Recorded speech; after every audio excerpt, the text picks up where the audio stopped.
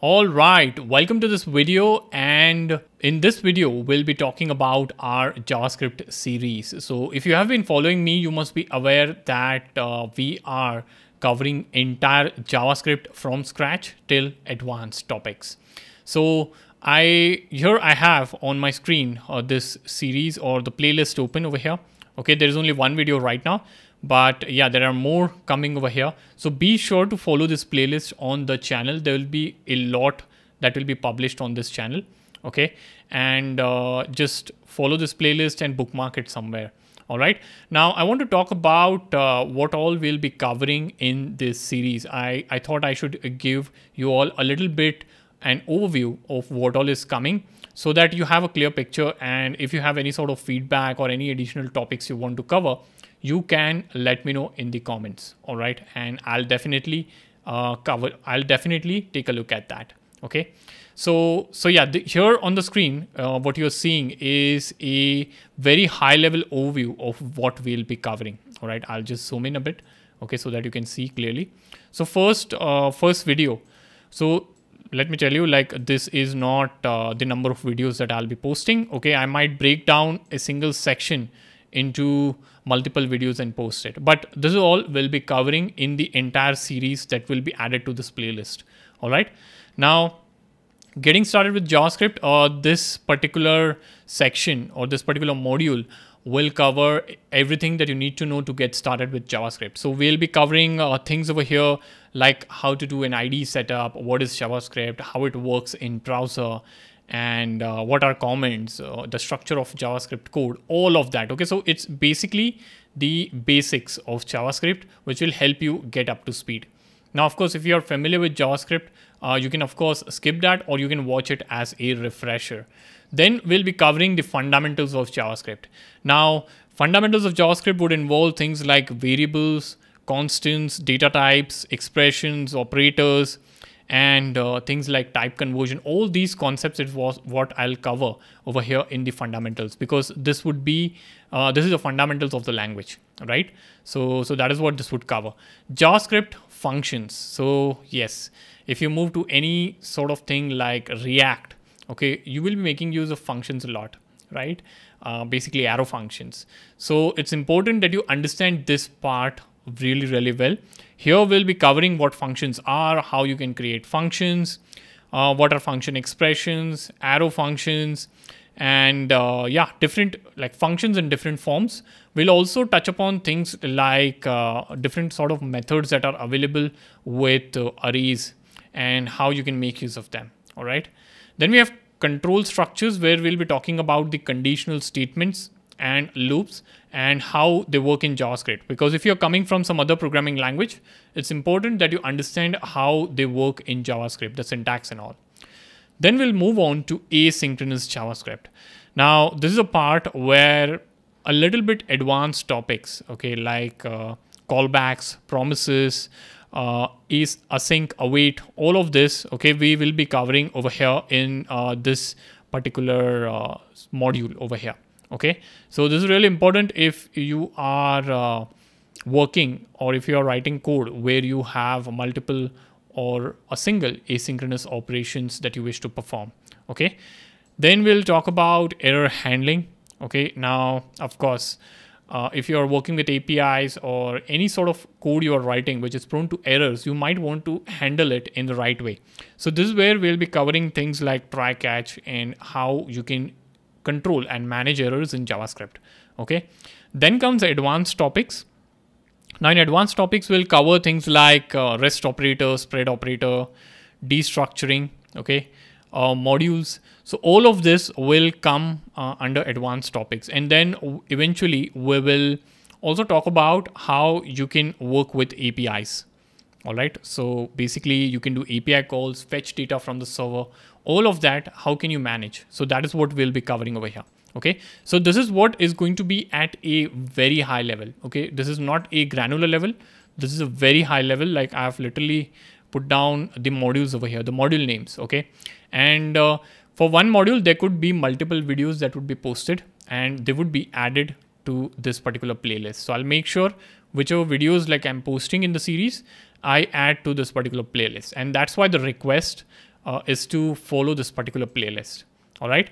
Now, once we are done with this, okay, or in fact, along with this, while learning this, we will also be doing live hands-on projects at every step, right? So whenever I teach something, I love doing it in a very hands-on way. Of course, that's my style.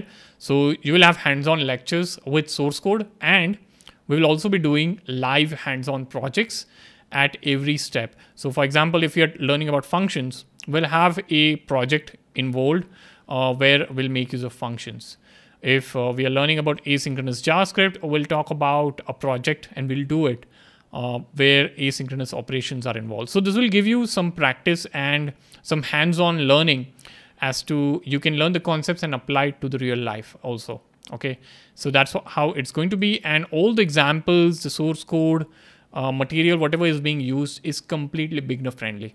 Okay, so I make sure like whatever I teach or bring or create, I make sure that it's beginner friendly, because normally what happens is if I teach it, if it's not beginner friendly, for example, then beginners suffer. Okay, they are like, okay, what happened? I don't know. So basically, I love to keep things beginner friendly. All right, and yeah, this is what it will be. All right. So yeah, do leverage this. Now, if you want anything else to be added over here other than what I described, I feel this covers like this, these things cover the entire JavaScript. Okay. Now, if you want to learn React and all like these libraries that exist, if you want to learn and build some amazing applications, then this is a knowledge that you should have. But if you feel that I'm missing something and there is a concept that you want me to cover, feel free to mention that in the comments. Okay, I would definitely look into this, and I'll take that as a feedback and I'll try to incorporate into the syllabus as well. All right. Now, yeah, goes without saying, if you have not subscribed or liked my videos, you should definitely do so, because that helps with the support and motivation. Since this course is absolutely free, there is no fees involved. Yes, you can say like liking, subscribing, and commenting is the fees for this particular course, you know, and there's no cost at all. All right, because like, comments, and subscribe help with the YouTube algorithm, and it helps me reach to more and more people here on this platform. All right, so yeah, feel free to comment and let me know. Also, I would love to know you, so if it would be great if you could introduce yourself. I would love to see who my viewers are and where are they watching from. So also mention what you are doing right now. All right, so yeah, without further ado, let's jump right in.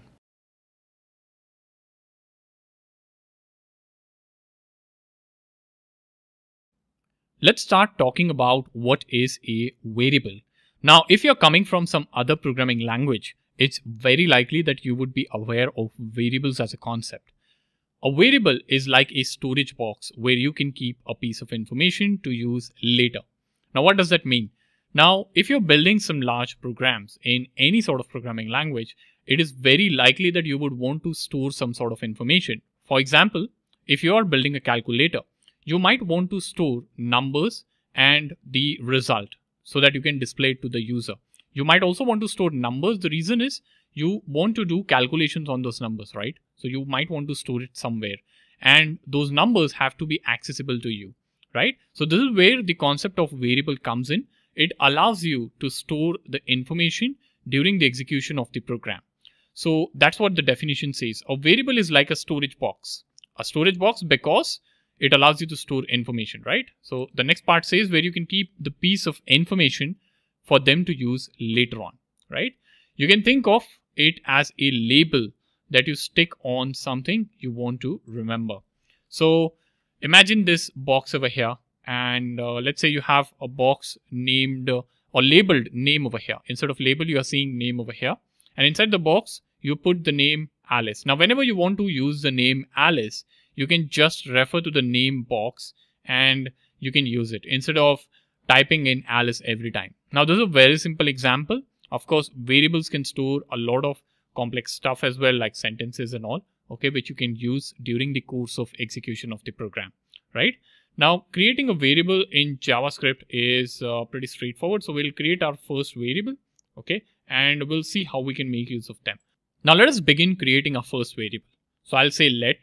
Let is how you create variables in JavaScript, and you add the variable name that you want to have. So let's say I want to store the count for counting something. So I've created this variable named count, right?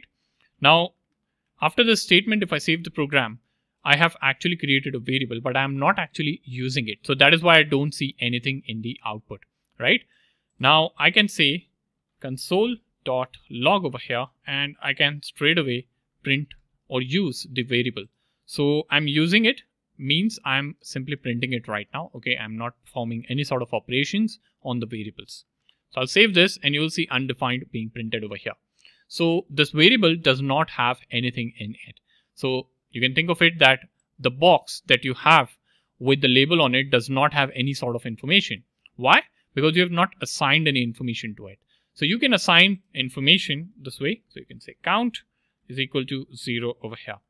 And if you save this, you'll see 0 being printed onto the console, right? You can make this code much more concise by combining these two statements. So this is the declaration and this is the initialization part of creating variables. So what I can do is I can actually combine these two. Okay, so let me press backspace and let me combine this. Okay, something like this. Now if I save this, the output will be same. It won't change. But right now, instead of 3 lines of code, I have 2 lines. So this is how you can create and make use of variable. Of course, the usage that I have shown over here is pretty basic. I'm just printing the variable. Okay, and you can use it as number of times you want during the course of execution of the program. It's totally up to you. So you can see over here, right? And you can even make use of it in arithmetic operations. So I can say console.log over here, and I can say count plus 10 over here. You can see 10 as the output. Okay. Now if the count is 10, okay, you'll see 10, 10, 10 being printed, and you can see 20 as the output.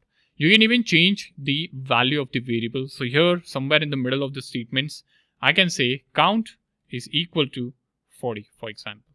Okay. And I can save this, and you can see for 3 times, the count is 10 over here, and then the count is 40, 40, 50, right? 50 because I'm adding 10 to it. So this is the simplest explanation for variables. So to take away a few points, a variable is like a storage box where you can keep or store the piece of information that you want to make use of later on. You can think of it as a label that you are sticking on something you want to remember, right? So here I am remembering count, I'm storing the value of count, and I'm actually making use of it during the course of execution of the program. Variable creation involves 2 steps. First is the declaration part, and then is the initialization part, right? Now here I am combining initialization and declaration together into one, okay? And you can make use of variables as number of times as you want during the execution of the program. You can even reassign the value to a variable as number of times as you want. So I can even reassign this again. Instead of 40, I can make this, let's say 80, and I can save it. Okay, you'll see the change in the output. Okay, so that's variables for you, and I hope this was pretty clear and the simplest possible explanation.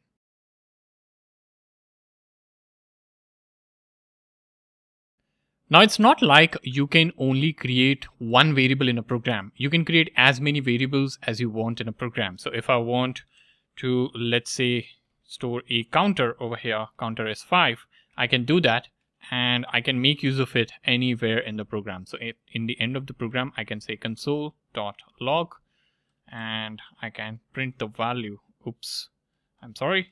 You can print the value of counter over here. Okay. And you'll see 5 being printed. Now, if there is something that is allowed to create a lot, because variables you can create a lot in the programs, as many as you like, okay?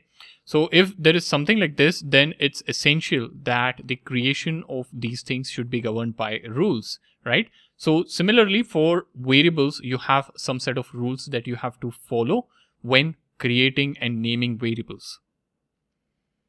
So now there are quite a few rules, not a lot, but a few rules that you should keep in mind when making use of variables. Now, you're not supposed to by heart these rules, but generally with practice, you will get hold of them. All right. And IDs, like if you're making use of any modern IDE like Visual Studio Code, the IDs also make sure that they point out any sort of mistakes that you are doing or deviating from the rule. Okay. So if you're trying to name a variable that is not allowed, then ID also help there highlighting the issue. All right. So we'll talk about rules one by one. So the number one rule that I have here on the screen is variable names must begin with a letter, dollar, or an underscore. Okay. So you can have a variable name. So let me clear this out a bit. Okay. So I'll just get rid of all of this. Okay. I'll just keep things clean. So here this variable is actually beginning with a letter. Okay. You can have a variables beginning with something like this. Okay. This is valid variable name. Okay. You can have variable called underscore name over here is equal to, you can say hi. Okay. So this is also valid. So these are all valid variable names. Now you cannot have a variable name using or beginning with a letter. So you can say one name over here. This is not valid. Okay. If you try to do this, you will get an error. You can see, like I highlighted, that IDs help you. You can see it's like saying identify. It's not able to get what you're trying to do. Okay. Now, why would you want to name variable this way? One name. That does not make any sense, right? So this is not allowed. I'll just comment this out. Okay. So this is one of the rules that you're supposed to keep in mind. And of course, if you don't remember this, don't stress about it, because modern IDs, like I said, if you're making use of any sort of modern ID, the IDs will help you pinpoint any sort of deviation from the rules, right? So this is rule number one. Now, rule number two says that it can contain letters, digits, dollar, and underscore after the first character. Okay.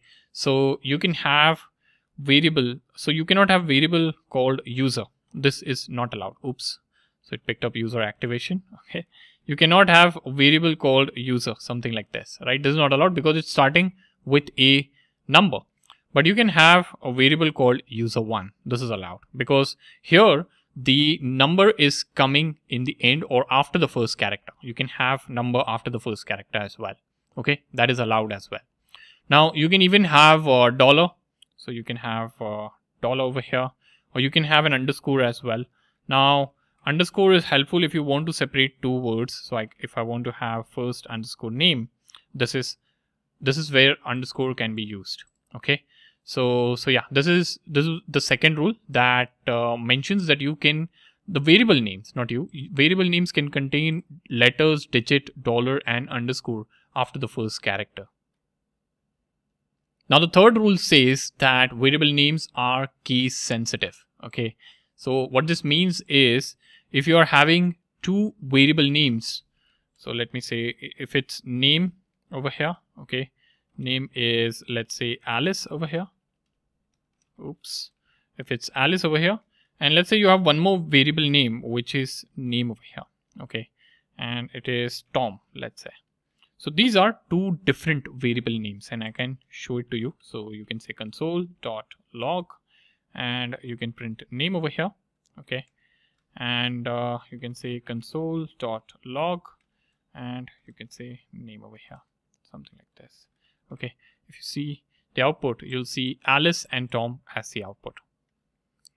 Okay. So this is the rule number 3, wherein variable names are case sensitive. The next rule says that variable names cannot make use of a reserved keyword. Now, what are reserved keywords?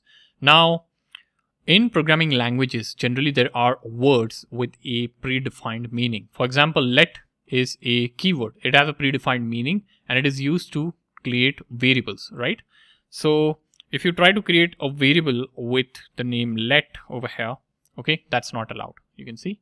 So if you hover on this, it will say let is not allowed to be used in a name, in let or const declarations. Okay, so this is not allowed. Okay, so I'll just comment this out. So you cannot make use of reserved keywords. Okay, now you will be like, oh, I have to memorize all the reserved keywords. Not at all, because with practice, like as you start building programs, you will know what reserved keywords are. Okay, try is a reserved keyword, catch is a reserved keyword. You will know all of this as you learn new concepts, and it comes with practice actually. Even I have not by hearted the list of reserved keywords. Okay, as you keep practicing, you will learn like these are all the reserved keywords, and at places where you forget or don't remember, IDs will help you. All right, but this is a rule to keep in mind. Next rule says that variable names should not have spaces. If you try to add a space in between variable name, that is not allowed. So if I try to add a variable name as first name is equal to, let's say 10. Okay, you can see this is not allowed. Okay, this is not allowed. So you have to combine them. It's a single word. You have to combine it this way. First name. Okay, and this convention over here, where where you have two words in a single variable name and the second word has capital letter, is known as camel case. Okay, so here we are making n into capital, putting n as capital over here so that it's readable. So there are two words. That is what we are highlighting. First is a word and name is a word. Okay, so this is a good naming practice over here. You should not have space in a variable name. So no spaces are allowed. And the last thing over here is use descriptive names. This is actually not a rule, but actually a good practice to have variable names as descriptive. For example, let's say if I have a variable name, if I want to store, let's say age over here. So, and if I create a variable name a over here and I'm storing age as, let's say 22. I'm not 22 years old, but I'm just giving this an example. Okay, so let's say I'm trying to store age and I have created this variable name. Now for anyone reading this code does not know what value a is holding. Of course it's holding 22, but what it is actually an age, right? So a better practice over here is to have a proper variable name where the variable name itself conveys what kind of value the variable is holding. So here it's pretty clear that this variable is created to store age of a user, right? So if you're building an employee management project or something like that, okay, if you have, or if someone reading your code comes across this variable age, it knows that, hey, this is representing the age of the employee. Okay, so it's always better to have variable names, descriptive variable names, I would say. And it's better practice to have descriptive ones, because having variable names like x, a, b, c, x1, x2, this is not a good practice at all. Okay, I'm totally against it. So yeah, this is the rule over here, or this is not actually a rule. You won't get any sort of error if you declare it as a or x, but this is a good practice to follow. All right. Few more things I wanted to highlight about variable creation over here is you can declare multiple variables in a single line as well. So I can have a1, okay, a2, and I can have a3. So these are three variables being created in a single line, okay, and you have separated them by commas. You can even initialize them over here. So I can initialize them different values, 5, 10. And I have not initialized a3 over here. I can even initialize a3 as 15. Okay, and I can add console log over here. So let me quickly add console log and show you the output. Okay, this is a1. Okay, this is a2, and this is for a3. Okay, if I save this, you will see 5, 10, and 15. Now if I get rid of a2 value over here, okay, and if I save this, a2 is undefined. Okay, so I'm bringing back the a2 value, which is 10 over here. So you can absolutely have multiple variables created, declared, and initialized in a single line. But normally this is not how people do. Okay, with JavaScript, the general convention is to go about this way. So you would want to have a1, something like this. Okay, and then have a2 on a separate line, and then have a3 on a separate line, something like this. So this is what is preferred over this kind of a syntax, because this is much more clear and easy to read. Okay, now you're seeing all red marks over here. Why? Because variable names in a single program has to be unique, okay, or at least in a scope. Okay, so within a scope, the variable name has to be unique. So you can see here I'm trying to create a variable name A1, and you can see here A1 already exists, right? So if I add A11 or A22 and A33, I'm allowed to create them. Okay, so yeah, be sure to have unique variable names, and this is also one convention, or one rule I should say, that you should be aware of about variables. You can even chain assignments, so I can create variables like x, y, and z over here. Okay, and I can have x is equal to y is equal to z is equal to 30, for example. Okay, and all of them will have the value of 30. So if you want, I can show it to you. Okay, so it's x, okay, and then here it's y, and here it's z. Okay, if I save this, you'll see 30, 30, 30. Okay, so all of them have the same value. Okay, so yeah, that's about variables and naming, how you can name them, and the rules that you're supposed to keep in mind. So keep in mind these general rules. As such, you don't need to by heart them. It's completely okay. Don't stress about it. But once you begin programming, okay, I don't want to be surprised that, hey, it's not allowing me to create variables with this name. Of course, it won't, because that is a rule that you should be aware of. All right. And modern IDs, like I said, always help you and are there to give you verbose error messages. So I hope this was useful.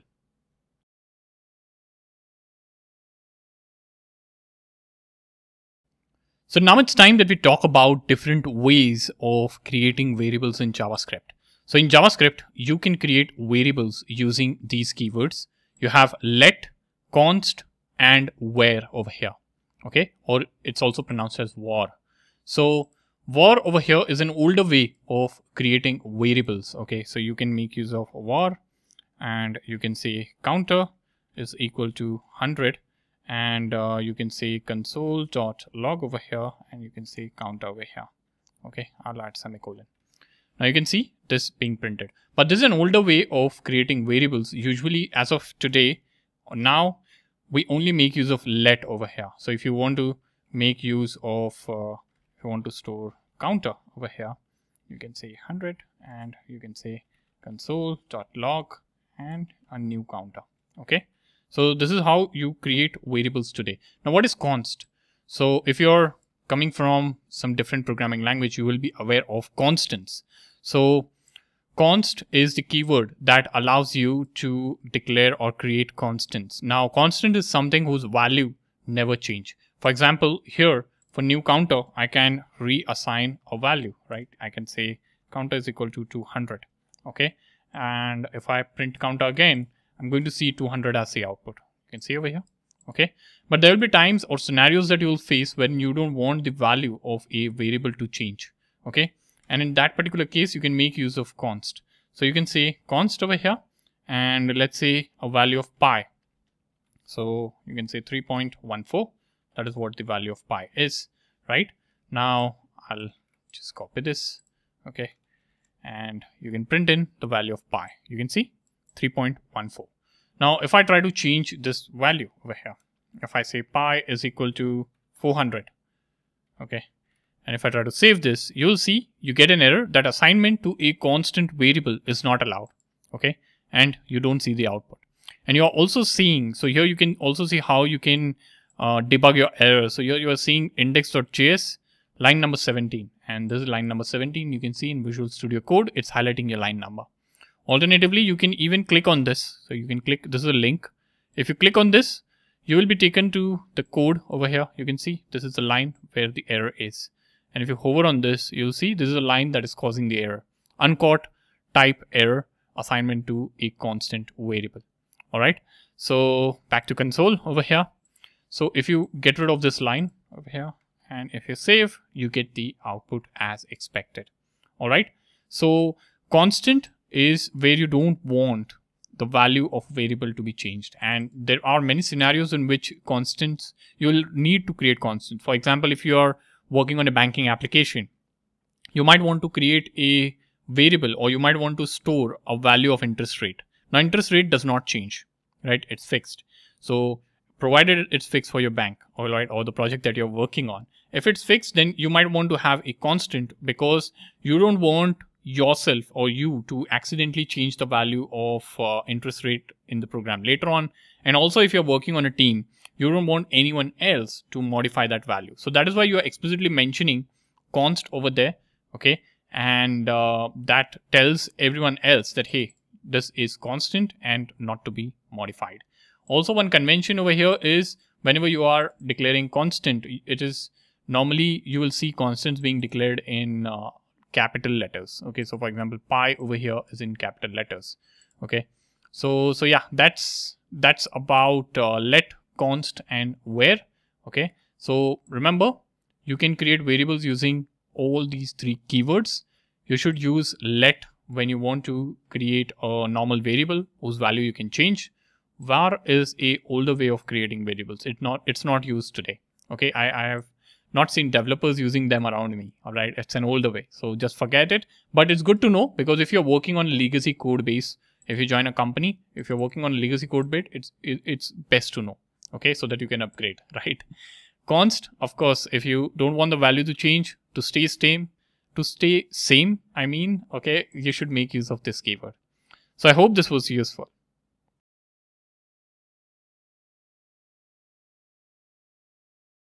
Hey there, welcome. And now it's time that we begin talking about data types in JavaScript. So data type is nothing but data types defines the kind of value that a particular variable is holding. Now, if you're coming from some other programming background like Java, Python, or something like that, then you must be aware of what data types are, right? And for those who are not aware, this is a definition. It simply defines the kind of value a variable is holding. Now, data types in JavaScript are broadly classified into two types. One is primitive types, and then we have reference types. So let's first begin talking about primitive types. Now, these are the primitive types of data types in JavaScript. So you have number, you have string, boolean, undefined. Yes, undefined is also a data type, and you have null. So number, like it says, represents both integers and floating point numbers. Okay, so if you want to like numbers, we are all aware, like 1, 2, 3, and even floating point numbers, the numbers with decimal points like 1.1, 1.2, these all fall into the category of number. Then you have strings. Now string is nothing but the sequence of characters like your name and all of that, city name, country name, all of this comes under string. Boolean, which has just two values, true or false. Then we have undefined, which means no value is assigned. And then you have null. Now null represents that the value is absent intentionally. Now let me demonstrate number over here. So here what I can do is I can create a variable called age. I can assign it a number. Okay, let's say age is 70 over here. Okay, any sort of number, and you can do console log over here. Okay, and you can print in age. Okay, and you'll see the output over here. You can see 70 is the output. Okay, now if you want to print in what type of variable this is, then you can make use of type of. So I can say type of. You can see the auto suggest and add a space, and then you hit save. So you can see the type of this variable is a number.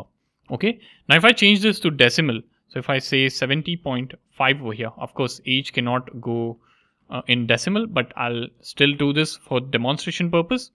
You'll see that the age, the type of age is still a number. Okay, so unlike other programming languages like Java, in Java you have separate data types for floating point values as well as integer values. But in JavaScript, there is no such thing. Okay, depending on what kind of value it is holding, okay, but it can be a number. Now number can be a decimal value or even a whole number. So here, this whole number, this will also be a number like we saw. Okay, so this is what number is. And then we have strings. So here, if you scroll down, okay, I'll show you what strings are. So you can say let name over here, and you can add, let's say John or Alice, whatever. And then you can say console.log over here, and I can say name over here. Okay, now of course this is going to print in John, but you can say type of, and you can save this, and you'll see string being printed. And that is because the type of John is nothing but a string. Okay, now I'll create one more variable over here. Okay, I can create a city over here, and you can also assign, or you can even create a string using single quote. So here I'm making use of double quote. You'll see you can even make use of a single quote over here. Now city is San Jose over here. Okay, and I'll just copy this over here, this part, and instead of name you can have city, and you can save it. You'll see still you are having a string being created. Okay, so string can be created in multiple ways. Okay, you can see like using double quotes and also using single quote. Now you can even concatenate a string. Okay, so you can say console, sorry, it's confirm console.log over here, and you can say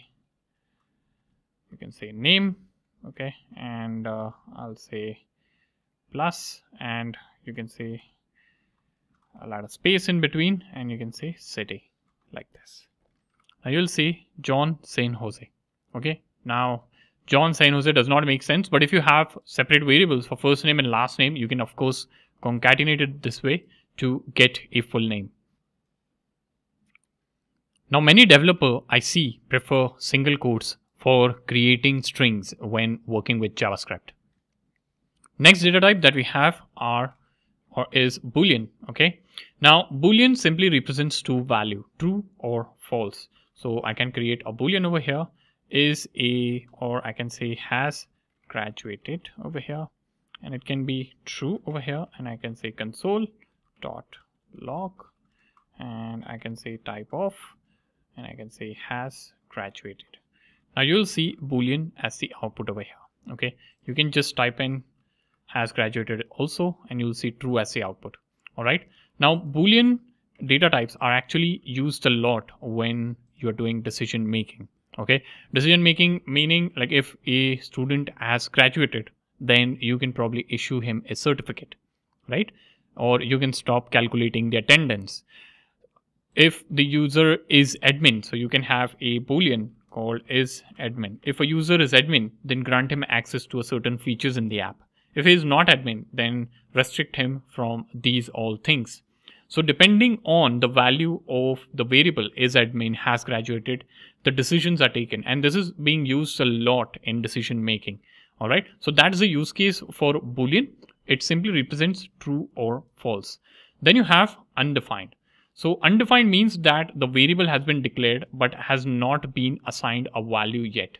Okay, so you can say console.log over here, and let me create a variable first. Okay, so I'll have a variable let area, and let's say I don't have any value for this. Okay, I'll add area over here. Okay, and you'll see undefined being printed. Okay, now if I say type of, then you'll see undefined being printed. Okay, so this is undefined, wherein no value is actually assigned to the variable that has been created. Now the next one we have is null, that represents intentional absence of a value. So let's say you have a variable that you have created and you don't want to assign it a value yet. So I can create a variable called empty value. Let's call it empty value itself. Okay, and I'll have null assigned to it. Now if I say console.log and if I say empty value, I'm going to see null being printed onto the console. Okay, now I can say type of and save this, and you'll see the type of this is object. So null is actually of object type. Okay, and but this is actually a type, data type in JavaScript. Okay, so yeah, that's about null over here. Okay, I'll just get rid of this and we'll have this being printed. Now before moving on to reference type, I just want to highlight one small thing over here. When we said type of empty value over here, which is null, we saw object being printed, but actually this thing is having null inside it, right? So it should ideally be printing null if null is a data type. Okay, now I want to just highlight a Stack Overflow article over here, okay, which says why is type of null object. All right, now over here this was proposed ideally. So if you go to this link over here, this was proposed, changing it to, okay, one second, not this one, but this is the one. Okay, so this was proposed to change it to null over here. Okay, So this is the entire article over here, and this is the Stack Overflow thing. Okay, so this was proposed to change, but it was actually rejected. So if you run this code over here, you'll still see object, okay, as the output, but that does not matter. Okay, just remember, like, you can have null values in JavaScript, you can have variables with null values. That is what matters. Now let's move on to the reference types. So we'll talk about two. One is object, and then we have something called as arrays. Now what is an object? Now object is actually used to store complex data in the form of key value pairs. Okay. Now why do we need to store complex data? So let's say I am building an application, and in my application I wish to keep track of a user. All right. Now I'll say let user. So let's say I wish to keep a track of user's age. Let's say user's age is 22. And I also wish to keep track of user name over here. Okay. And let's say name is John, let's say, for example. All right. Now I have two variables that is representing single user. Now let's say if my application scales and I have hundreds and thousands of users, what would you do in that case? Would you create those many variables? Absolutely not. Okay. Then a good thing is to group this. So these two properties or these two variables belong to a single user, right? So why not group them and store them as object? So what you can do over here is, a better approach is to have person, okay, because, or instead of person, I'll have user, because we are talking about user over here. Okay, I'll have equal to. Now over here, what I'm going to do is I'm going to have a pair of curly braces, something like this. And within this, I'm going to have key value pairs, which will be the attributes of this particular user. Okay. So I can say first name, okay, name is John over here, okay, and then I can have age, and age is, let's say, 22. All right. Now what I can do is, if you scroll down, I can say I can actually access individual properties. Okay, I can say user dot, and you can see name and age. I have access to name and age, so I can access it this way. Okay. And one mistake I made over here, I said it's a key value pair, but I'm actually having equal to being used over there. That's not right. So I'll just change that to colon, and you'll see over here, okay, console. I missed .log also. What am I doing? So now you can see 22 being printed onto the console, right? User.age. You can also print in and access name over here. This is name, right? If you wish to change the name, you can change it user.name, and you can change it to, let's say, Alice. Okay. And then if you try to access this again, you'll see Alice as a new name. You can see here, right? Now this is what you can do with the object. Okay, you can group related attributes together. Now this is slightly different from programming languages like Java. In Java, you cannot create an object directly. You first need to have a class, right? So you first define a class which acts like a template, and then you instantiate the class and you create an object. And then you can have variables or class members within that particular class. But that's not how it works in JavaScript. In JavaScript, you can directly create objects like these, and they can have key value pairs, and this is really convenient. All right.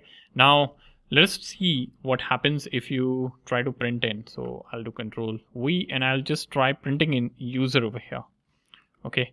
Now if you try to print in user, you'll see that you're seeing the entire object being printed. Name is Alice, age is 22. Okay. And you can even access the individual properties. Now, one more thing I wish to highlight over here is, I said you can access individual properties like this, right? This is what we saw. Now, this way of accessing individual properties is known as dot notation, because we are making use of dot over here, a period over here, the symbol. Okay.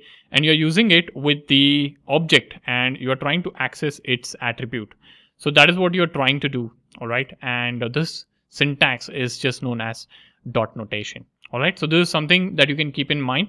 All right. But yeah, the crux remains that you can create objects like this in JavaScript. You can also have more attributes. Like I can have attribute like city over here. I can say San Francisco. Okay. Something like this.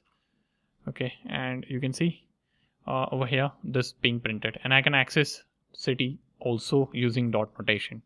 All right. So that's objects in JavaScript. Let's move on to talk about arrays. Now, what are arrays? Now, arrays is a reference type in JavaScript that is used to hold multiple values. So let's say you are building a program and you want to store a list of values, okay, or multiple values, let's say. Now, if you're willing to store a list of fruits, for example, okay, I'm just taking an example. So how would you do it with variables? You will have a fruit variable, fruit1, and you'll assign it a value here, right? If you want to store 10 fruits, you'll create 10 variables, but that's not how it's supposed to be. That's not convenient, right? Managing 10 variables. Instead, if you want to store 10 values or multiple values, more than one, then you can create a single variable. You can call it an array, or you can call it whatever you want, fruit, and it will be of type array. So here I'll make use of square brackets over here. And within these square brackets, I'll have the list of values one by one. So first is, let's say, apple. I can have, I can have a banana over here. Okay. And I can have, let's say, strawberry. Okay. Something like this. So this is an array over here. Okay. And I can say console.log over here. I can say fruit. And if I print this, you'll see apple, banana, strawberry. Okay, and let us take a look at the type of fruit. Okay, you'll see that it is an object over here. Okay, so yeah, here is how you can create and make use of arrays in JavaScript.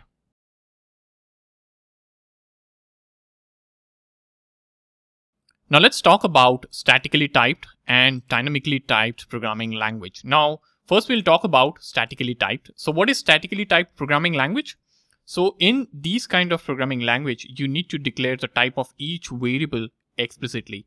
And once you've declared the type of the variable, then the variable's type cannot be changed during the course of execution of program. And a very good example of this is Java. So if you have programmed in Java, you'll know, or even if you have not programmed, I'll just give you a very simple example. Let's say if you want to store age of a user, okay, so age 30, this is a Java code that I'm trying to write, okay. Now over here, you cannot just declare variables this way. You need to specify the type here, okay. So you will say integer age is equal to 30. Now you cannot assign a string, okay, to this particular variable, all right. This is just not acceptable in Java. Okay, it will straight away give you an error that, hey, age has been declared as integer and it is expecting an integer. So during the course of execution of the program, you cannot change the type. This is not allowed. Even if any sort of string, okay, if you add like Java over here like this is not allowed because this is still a string. So this is an example of how statically typed programming languages behave. If you try to do something like this, they would give you a compile time error. All right. Now, when you talk about JavaScript, JavaScript is dynamically typed programming language. Now, what does this mean? So in JavaScript, variables can change their type during the program's execution. All right. Now, first of all, let's acknowledge that in JavaScript, you don't need to declare the type of the variable that you are creating. So let's say if I have a variable named my variable, and let me like say, okay, I'll say right now I have not assigned it any sort of value. Okay, so I'll say console.log over here. I'll say my variable. We can see it printed. It's undefined, right? Now, if I make use of type of operator and if I try to print the type of this variable, you'll see type is undefined. All right. Now let me assign this particular variable. So wait a minute. I'll just duplicate this. Okay. Now let me assign this particular variable a integer. Okay, so I'll scroll down here for better visibility and let's say assign it 1. Now the type of this variable is number because it is holding a number in it, right? So the type has changed to number. Now let me show you one more magic. If I change this over here, okay, and if I modify this to be a string, you'll see the type is now string, which means it is holding now a sequence of characters. And the string can be anything. It can be string like JavaScript over here. Okay. and you'll see this. And if I duplicate this line, let me duplicate this as well. Okay, so if I get rid of this, okay, and if I save this, you'll see JavaScript being printed. Okay, and it will print number as well, like a normal thing.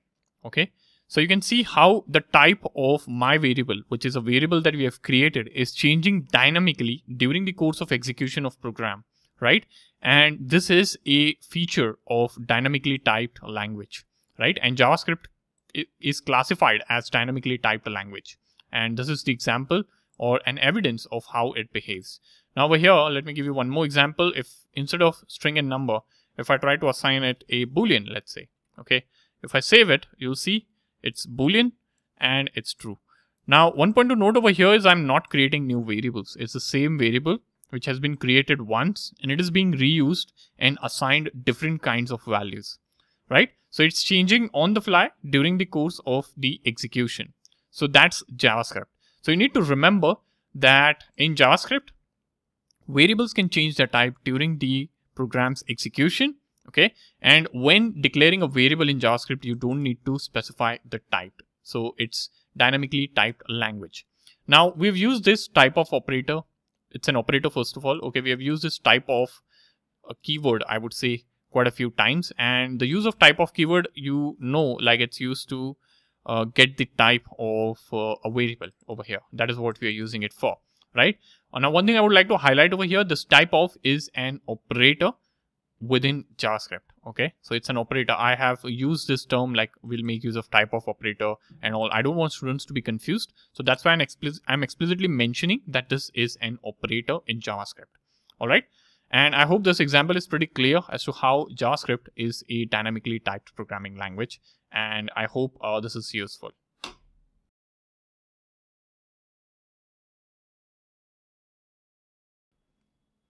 So now it's time that we talk about a few more concepts like expressions, literals, and operators in JavaScript. Now, what are expressions? Now, expression is any valid unit of code that produces a single value. For example, over here, if I write on the console, okay, if I say 3 plus 3, I get output as 6. Now, this is an expression, okay, because of the statement, it produced a single value, right? So this is an expression. What is a literal? A literal is a fixed value that you are writing directly in the code. So here 3 is a literal. Okay, so when I say let a is equal to 30, for example, 30 over here is an literal, and this entire thing is an expression, right? Because there's an assignment thing over here. Okay, so what is happening over here is the value on the right hand side is being assigned to the variable on the left hand side. Okay, so that's what a literal is. Now there are multiple kinds of literal. For example, there is something called as I can say there is something called as, if I zoom in over here, there is numeric literal. So this is numeric literal. There is string based literal. So I can say JavaScript over here. This is string over here, right?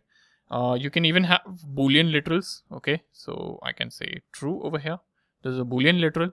Okay, so literals can be of many types: numeric literal, string literal, Boolean literal, and it depends on the type of the value that you are adding in the code. Okay, now I'm adding this in the console, but actually you would be using this in the code.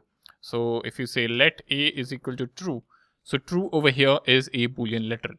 I hope this is making sense, right? So that is what a literal is. Now we're clear about expression. So expression is anything that evaluates to a single value. So for example, if you're doing some sort of arithmetic calculation, or if you are initializing something, any sort of calculation or initialization that is giving you one value, that is what an expression is. Now, what are operators? Now, operators in JavaScript are symbols that would perform operations on the operands. Okay, so a couple of terminologies over here.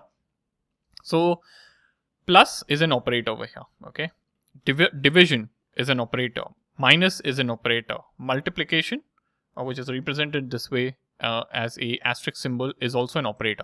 So these are all operators that we are also using in real life to do addition, subtraction, division, and multiplication, right? So these are also operators in programming languages like JavaScript. Now, whenever you want to make use of these operators, what you would do is you would say 3 plus 3, right? Or you might make use of variable, right? So you might say A plus B, where A and B have some values respectively. Okay, so here what is happening is you're making use of this operator. So your plus is the operator, but these two values on which the operation is being performed is known as operand. Okay, I repeat over here. So here plus is an operator. It's a symbol. It is talking about the kind of operation you want to do. You want to add two things, right? Now the two things that you're adding, 3 over here, 3, and over here A and B, these are operands because the operation of addition is being performed on these two values. I hope this is making sense. All right. So over here, if you see 3 plus 3 produced 6. So 3 and 3 are operands and plus is an operator, right? So that is what this says. Operators in JavaScript are symbols that perform operation. What is the operation being performed? Addition. It performs the operation on operands. What are the operands? 3 over here in this case and A and B in this case, right? And they are symbols, it says. So it's a symbol. Plus, division, minus, multiplication. These are all symbols, right? Now, this is what operators are, all right? And depending on the programming language that you're learning, operators will have classifications. So there are types of operators in JavaScript, okay? The first type is arithmetic operators. Now, of course, these operators basically are used to perform arithmetic calculations, right? Like addition, subtraction, multiplication, division, you have modulus, you have increment, decrement. All these are arithmetic operators, okay? Assignment operators, okay? So assignment operators are equal to, if you are assigning something, you are doing an addition assignment, you're doing a subtraction assignment, multiplication assignment, or division based assignment. Now after assignment operators comes the comparison operators, right? Now what are comparison operators? Comparison operators, like the name suggests, it is used to compare two things, right? Or compare operands. So you have equality, strict equality, inequality, then strict inequality, greater than, less than, greater than, equal to, less than, equal to. Okay, these are the few comparison operators that exist, right? Logical operators. Now these are used to perform logical operations. So and, or, not, right? You have unary operators, which is increment, decrement type of logical not, and so on. And then you have ternary operators, okay, which has this kind of a syntax. Okay, so if you're coming from some other programming language like Java, you would be aware of what ternary operator is, and you have a similar one in JavaScript. But if you're not aware of any other programming language, that's absolutely okay. We'll be covering this all right? Now, these are the classification, all right? And this is what the concept was of expression, literal, and operators. So I hope you have been able to follow along so far, and I hope this was useful.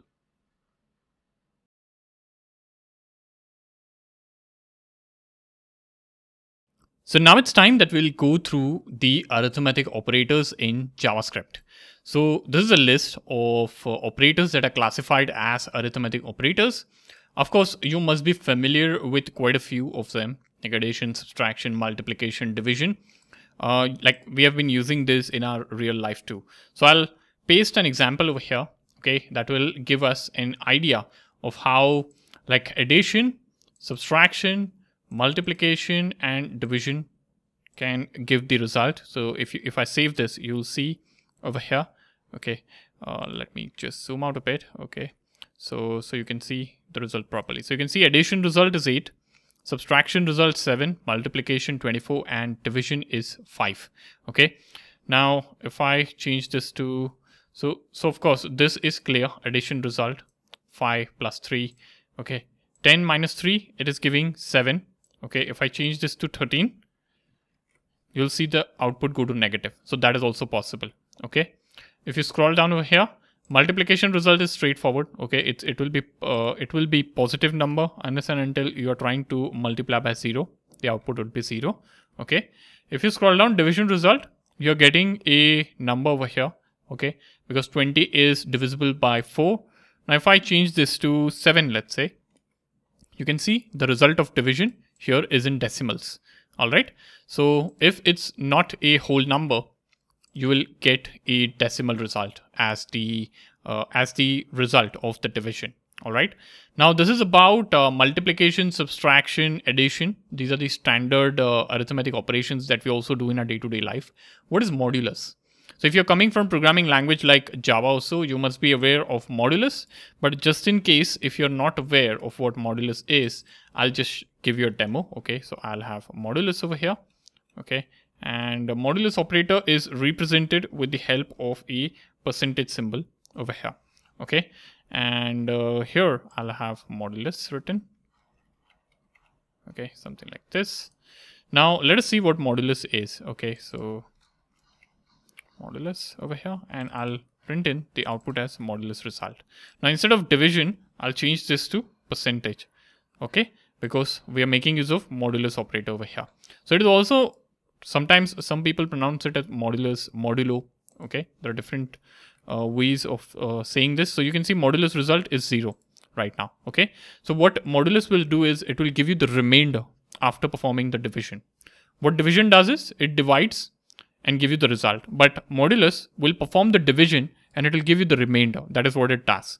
So let's say if you say 20 is clearly divisible by 4, so the output will be 0. It is also divisible by 5, so output will be 0, you can see.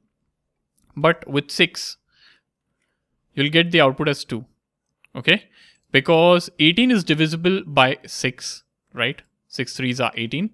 And then 2 is the remainder. So you're getting the remainder as the result, 2 over here. Okay. If you try to divide this by 7, you should get 6 as the output. You can see 6. Because 14 is divisible by 7. 7 2s are 14, right? And then 6 is the remainder, right? So the 6 is what you're getting as the output. So basically what modulus does is it gives you the remainder after performing the division. All right. Now you would ask me like why you would want such an operator, like why you want a remainder after performing the division.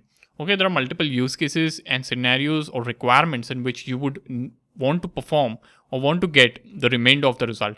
One example I can give you over here is identifying the odd and even number.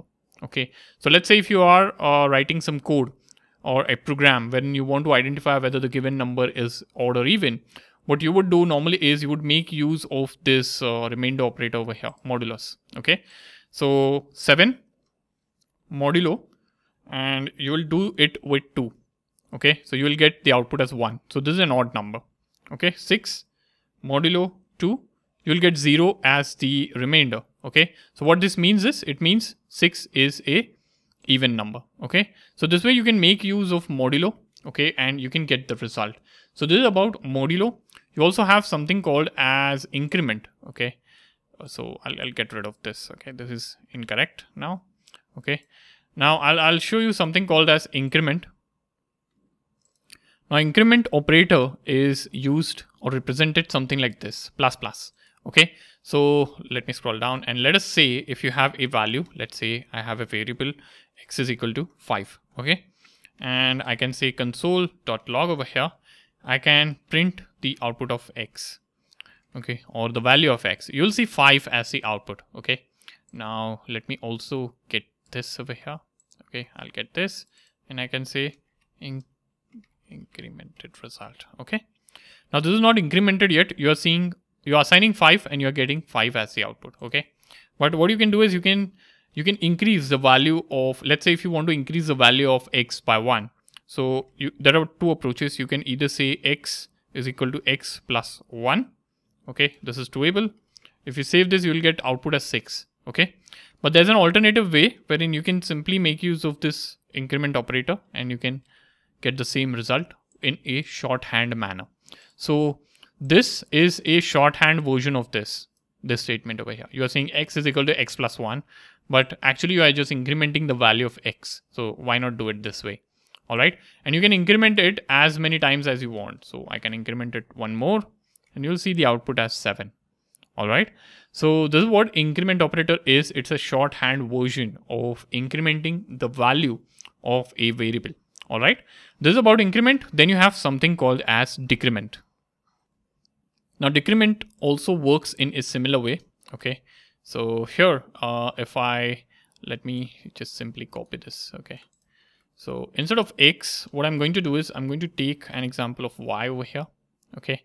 And let me give you the long form version of this. Okay. So what I would do is I would get rid of this and I would say Y is equal to Y minus 1. Okay. So this is not a shorthand version. Okay. And here I'll say decremented result. Okay. And I'm printing the value as Y. All right. Now if I save this, you'll see the decremented result is 4, right? Now I can make use of decrement operator over here. Okay. And I can say over here, Y minus minus. It'll give me the same result. I can do this 2 times or as many times as I want. Okay. So essentially it is similar to increment operator. Okay. But it is used for decrementing the value. All right. Now increment operator is used to increment the value in a shorthand manner like we saw, and decrement operator is used to decrement the value in a shorthand manner like we are seeing over here. All right. So these are the arithmetic operators that exist in JavaScript. All right. I hope this is clear, and it's important from all of this you understand. So rest of the operators are simple, but I would say it's important that you understand how modulus works. And I would recommend like you also try out some examples in the browser console. You can directly type in. You don't need Visual Studio Code for that. So you can directly type in over here and you can see how this operator behaves with different set of values. Okay. So I hope this is useful and you have been able to follow along.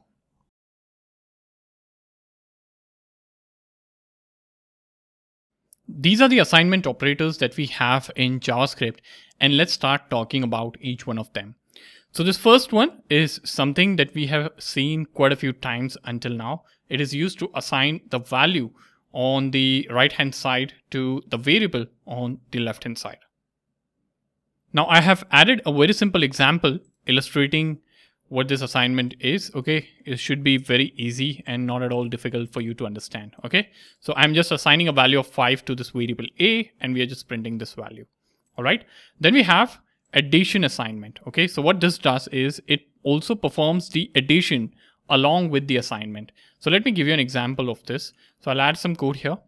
You can see addition assignment here in practice. So I've created a new variable calling it b, and what I'm doing over here is I want to add 3 to b. Okay, so one way is I will do something like this. Okay, so let me show you this first. Okay, and I'll comment this out. Now if I save this, you'll see the output as 13. It was initialized to 10, but the output is now 13. All right, now if I comment this out and if I uncomment this, this is same as writing this. The output would be same. So what this does is it is equivalent to b is equal to b plus 3. Right? So it adds 3 to b first, and then it assigns the total value or the result to b variable. Okay, and then we are printing it to see the output. So this is how addition and assignment work together. This is essentially a shorthand or a convenient way I should say to perform addition or adding a number into a particular variable. Now, like we have addition assignment, we also have subtraction assignment. What this does is it essentially does the same job of what addition assignment did. So let's say if we have this variable 15, and if you want to subtract 5 from it, okay, so you can either have a statement like this. All right, I'll save this and you'll see 10 over here. Okay, or you can comment this out and you'll see the same output over here using this shorthand subtraction assignment. So it is essentially performing the subtraction first from the variable, and then it is assigning the value to the variable, and we are then printing it out. All right. So that is what subtraction assignment is. Next come multiplication assignment. Okay. It is also a similar version, like a shorthand version of multiplying a value into itself. Okay. Not itself. Essentially, you are actually multiplying a value to a variable and then you're assigning that value to the same variable. Okay. Now this is equivalent to, as you can see here in the comments I've written, d is equal to d into 2. So I'll just demonstrate this first. Okay. You'll see the answer is 12. Okay. But if I comment this out and if I uncomment this, you'll see the output again as 12 itself. So what this is doing is it expands to d is equal to d into 2. Okay, and this is just another shorthand version of performing the same thing, but in a short and concise way. You have something called as division assignment, if you see over here. Okay, It is a similar way in which it allows you to divide a value or divide a variable, a value in a variable by something, and then assign the result to the variable itself. Okay, so if I save this, you'll see the output as 5. Okay, so these are all the assignment operators that exist in JavaScript.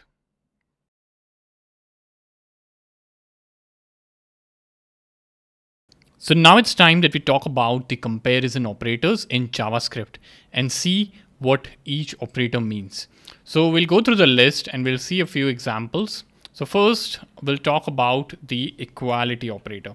Now, what is equality operator? Of course, equality operator compares two operands and returns a Boolean output.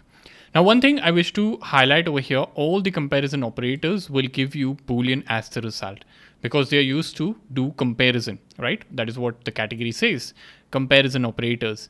So whether the comparison is true or false, that is what the output will be. Now, as an example, I can say console.log over here, okay? And I can say 5 is equal to 5 over here. You can see the value is true. Now, if I do this with 6, of course, it is going to give me false. Now, this can even work with variables. So let's say if we have A and if we have B over here, okay, and B has 6, okay, and if I duplicate this line, this can also work with the variables over here. So I can say B over here, and this can be A. So you'll see the output is false, okay? But if I change this to 5, of course, the output is going to be true, okay? Now, this is how a comparison operator works. Now, what happens if you have a string in comparison, okay? So let's say if I'm doing console.log 5 is equal to 6. If I convert this to a string, let's say this is not a integer, but actually this is string, right? Now, let me also show you that it is also a string. So console.log over here, okay, and I'm going to make use of type of here. You can see this is a string, right? So if I do a comparison this way, you'll see I get false over here, okay? Now, what happens if I convert this essentially to 5 like this? This is going to give me true, okay? I'll just move this to the end, okay, so that it's easier to see on the console. So the output is true over here. Now, why is it true? Because here you're making use of number. Oops. Here you're making use of number and here this is a string. Why is it true? Because what happens is internally there is a conversion that is happening from a string to a number, and that is how this thing is being handled. All right. So that would be the output. All right. I hope this is making sense. So this is about equality. Okay. Now you have something called as strict equality. Now this is different from other programming languages like Java. If you're coming after learning Java, this is something that will be new for you. Okay. So what happens is we said if 5 is equal to string version of 5, it is printing as true, right? Now what happens if I make use of strict equality operator, which means equal to 3 times. All right. Now if I save this, you're going to get false as the output. Okay. So what happens is how strict equality works is it will also check, it will compare the value and it will also check the type, which means there is no type conversion that is performed. And if the values are of different types, the comparison will immediately return false. Okay. Because even though the values are same, the type is different. So that is going to fail. All right. Now, if this is 6, for some reason, this is also going to give you false. Now for this to be true, so if this is 5, for this to be true, this has to be of same type, and that is when you get true over here. All right. Now keep this thing in mind. All right. This equality, strict equality, like this thing over here, the implicit conversion over here, or the automatic conversion over here from string to number. Okay. Keep these things in mind, because whenever you're writing actual JavaScript programs, actual JavaScript code, then you will be making use of these comparison operators a lot within the conditions. And that is where this would matter. All right. So this is strict equality. Remember, strict equality is strict. All right. The name says it's strict, and it checks for type as well as the value. So if the type is same over here, because both are string, if I change the value, you see this is false now. Okay. So I hope this is making sense. Okay. What is strict equality? And equality is not strict. Okay. Because there's no strict in its name. So it's actually going to see the value, and if the value is of different type, it will convert, it will do a conversion, and then it will display the result. All right. So that's the difference between two. Then you have inequality. Now inequality is pretty straightforward. Okay. So I'll give you an example. Okay. I won't create variables, but I'll straight away give you an example over here. So is 5 equal to 3? What do you think would be the output? 5 is equal to 3. Output would be false, of course. You see false over here. 5 is not equal to 3. Not equal to 3, not 3. I'm sorry. So if you convert this to inequality over here, okay, and if you save this, you'll get true as the output, because this is just the reverse of equality. Okay. So here we are checking whether the values both are not equal to each other. If they are equal to each other, then this is going to result in false over here. All right. I hope this is making sense now. Okay. So this is inequality. Then you have something called as strict inequality. Now what is strict inequality? Of course, we saw a stricter version of equality. This is a stricter version of inequality. Simple. Okay. So here, if you see, okay, let me duplicate this line. Okay. So if I duplicate this line, now this is going to give us false, of course. Okay. But if this is a string, then too, this is going to give us a false. Okay. Because they both are not equal to each other. Okay. Now what happens if I switch over to strict inequality? Okay. If I do something like this, you'll see this returns true. All right. Now here, of course, when we were doing in the normal inequality way, okay, without using strict, okay. So here what was happening is only the value was being compared and not the type. But here the type is also being compared. So the value is same, but the type is not equal. So that is why it is returning true. That is how it works. I hope this is making sense. Okay. And if I duplicate this, all right, over here, then you're going to see if I change this to 5, of course, okay, you'll see true again. Okay. But if this is 5 now, okay, if I change this to 5, something like this, you'll see false over here. Okay. So this is strict inequality. Okay. This is the stricter version and this is the loose version. So normally on the internet, you'll see different terms used with this loose equality, loose inequality, strict equality, strict inequality. All right. Then you have greater than, less than. Okay. So greater than, less than are pretty straightforward. Let me copy these. Oops. Let me copy these both. Okay. I'll come over here and I'll convert this to comments. Okay.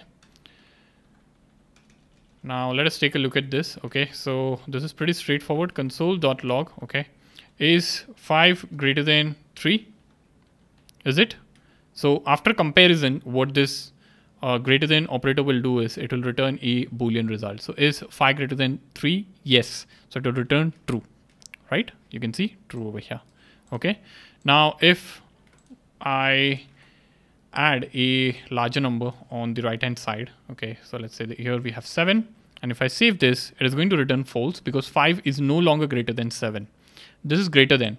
Of course, less than is exactly reverse of this. Okay.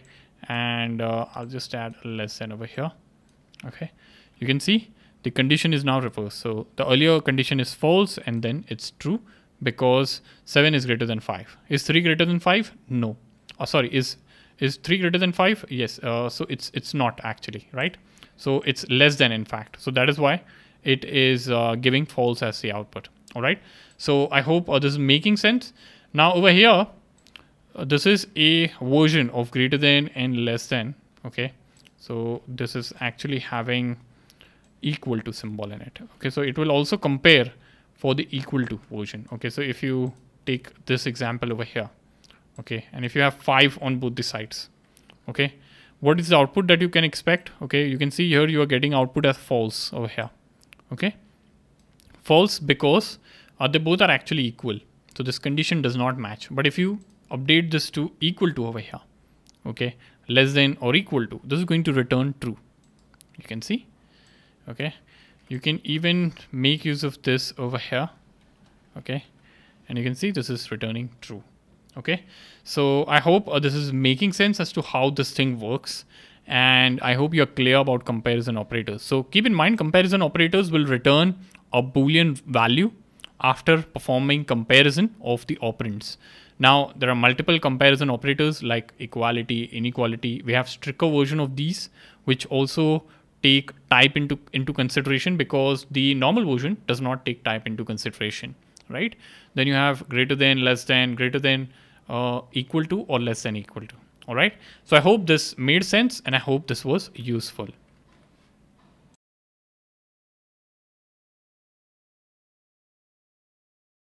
So now it's time that we begin talking about the logical operators. Now, there are three logical operators that exist, and that is what we are going to explore. So what are logical operators first of all? So logical operators are used to work with Boolean values, which is true and false, and they allow you to combine or invert these values. All right. So there are three of them. You can see logical AND, which is represented using this particular symbol. You have logical OR, which is represented this way. Logical NOT, which is represented using an exclamation. All right. So let us talk about logical AND operator. Now, what is logical AND operator? Now in comments, I have added some points about logical AND. So the logical AND operator checks if both the conditions are true. Okay, it works on two conditions first of all. So that is what you have to note over here. Both the conditions, meaning it is working on two conditions.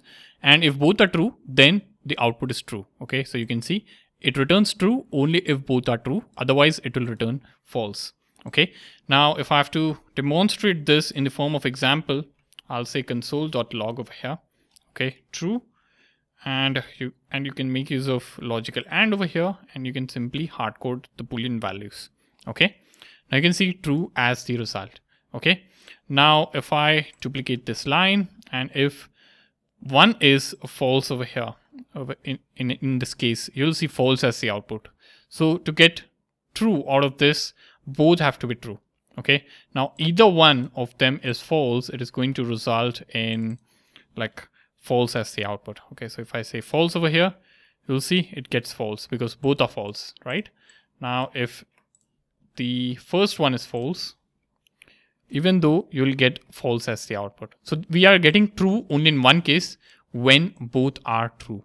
Okay, now this is very useful if you want to evaluate two conditions. Okay, now these two values or two operands that we are operating on can be any sort of expression that evaluates to a Boolean value. Okay, now let me give you an example. Now let us say you're building a program, and let's say it's a website that is for managing a concert. Okay, so imagine like for logging in to the concert, you need to have both your tickets and the ID. Okay, so what I will do is over here, I will have example written over here. Okay, example. Okay, now let's say we have has tickets as one of the Boolean variables. Okay, let's say its initial value is true. Okay, and let's say I have one more variable which is has ID. So whether the user has ID or not, and whether the user has tickets or not, that is what this is helping us keep track of, right? Now I'll say console.log over here. Okay, I want to have a mandate that the user should have both of them. So if there is a mandate, like both the conditions should be true, or if both the things should exist for the expression to be evaluated to true, that is when you make use of AND operator over here. So I'm going to say has tickets and has ID, and I'm going to save this. Now you're going to see true as the output over here because both are true. Now if either one of them is false, so let me like update has ID to that of false over here. Okay, I'll say he does not have ID, let's say, and I'll print the result again. So you'll see false over here. Okay, so this is how it works. Now here we are making use of variables. Okay, now this can be any sort of expression over here. Okay, this can be any sort of expression that evaluates, of course, to a Boolean value. Okay, if I have to give you an example, okay, let's say here, instead of having this has tickets, let's say I have 5 greater than 3. Okay. Is 5 greater than 3? Yes. Okay. And let's say if I have one more example over here, or one more expression over here, 5 greater than 6. Is 5 greater than 6? Absolutely not. Okay. So this is going to give false as the output, because this second expression is returning false. And if I save this, you'll see false as the output. Okay. So this is how logical AND can be used in expressions and complex decision making. All right. Now, when you start writing complex programs, of course, you'll be making use of these logical operators a lot. Okay. So it's best you understand the concept. So logical AND, we are done. What is logical AND? To summarize, logical AND will check if both the conditions are true. It operates on 2 Boolean values as the operands, and those Boolean values can be derived from the expressions as well. Okay. Now this is about a logical AND. Now let's talk about logical OR. Now what is logical OR? So I'll add some comment over here as the definition of logical OR. So the logical operator, the OR operator, okay, the logical OR operator says it will check if at least one condition is true. Okay, so the operand that it is working on, at least one should be true for it to return true. So AND was very strict. Okay, AND said that both should be true, but OR is a little bit lenient. It says at least one condition should be true, and I'm okay with that. Okay, so it returns true if at least one of the condition is true. If both are false, it returns false. All right. Now to demonstrate this, I'm going to copy this example over here, this typing that I've done. Okay. And we'll replace everything with OR over here. Now OR is essentially 2 pipe symbols. You can see this pipe symbols. I'll add this. Oops. Okay. And this is done. Now this first thing, this will give true. This will also give true. This will also give true. Now these 3 statements will give us true, because at least one of the operand is true here in this case. And this is going to give us false because both are false. Okay. So if I save this, you'll see true, true, true, and then it is giving us false. Now, how can this be used? So imagine you're building a program which is helping you decide whether you should play outside or not. Okay. And let us say you will go to play outside either if it's sunny or if you have a raincoat. A very simple example. Okay. Now we are making use of OR operator over here because the statement says I can play outside if it's either sunny or if I have a raincoat, right? It's not saying if the weather is sunny and I have a raincoat. If it says and, only then we'll make use of AND operator. But right now it's saying either. So of course the choice is the logical operator. So I'm going to say let over here is sunny. Okay, is it sunny outside? I'm going to say false. Okay, and is, sorry, not is, has raincoat. Okay, then I'm going to say true over here, something like this. Okay, and I'm going to do a console.log over here. Okay, and I'm going to say is sunny and has raincoat. Okay, pretty simple. What would be the output? The output should be true. I can go to play because the condition was either it has to be sunny or either I need to have the raincoat. So the output is true. Okay, here I can say if I change the value of has raincoat, let's say, to that of false. Okay, so now I don't have, now there is no raincoat and it's not even sunny. So in that case, it is going to return false. Okay, so in case of decision making, this is going to be used a lot. All right, I hope this is fun. The third logical operator that we have, we should talk about is logical NOT. Now, logical NOT operator inverts the value of a Boolean, essentially. So if it's true, it will change it to false, and if it's false, it will change it to true, like the statement says. Okay, let us test this. So if I say console.log over here, okay, now if I say true over here, it is going to print in true, as you can see, right? It is going to print in true. But let's say I want to invert this using logical operator. So this is going to say false over here. Okay. So now the question is, why would you want to make use of this NOT operator? Okay. What are the use cases? So I'll give you an example All right, there are plenty of scenarios in which this operator can be used. So let's say you want to stay inside if it's not raining, okay, and you want to go out if it's raining. Let's say that is something that is a decision you want to make, okay, and I'll have let is raining because everything depends on rain, right? My decision. So I'll create a variable, I'll assign it a Boolean value, okay, and I'll say let should stay inside, okay, something like this. Now the value of this would be not is raining, something like this, okay, and I can have console.log and I can have should stay inside, okay. So is it raining? No, it's not, because this value is false. So should I stay inside? Yes, you should. You can see. Now if it's raining over here, should you stay inside? No. You can see. So this is how Boolean not, or logical not, I should say, logical not operator works, all right, and it works in a way which helps you reverse a particular condition. This is also used a lot in decision making, and as you start writing JavaScript code, you will see multiple use cases of this. All right. Now this is about not operator. I also want to highlight one more concept over here. Now the concept is about Boolean expressions. So what are Boolean expressions?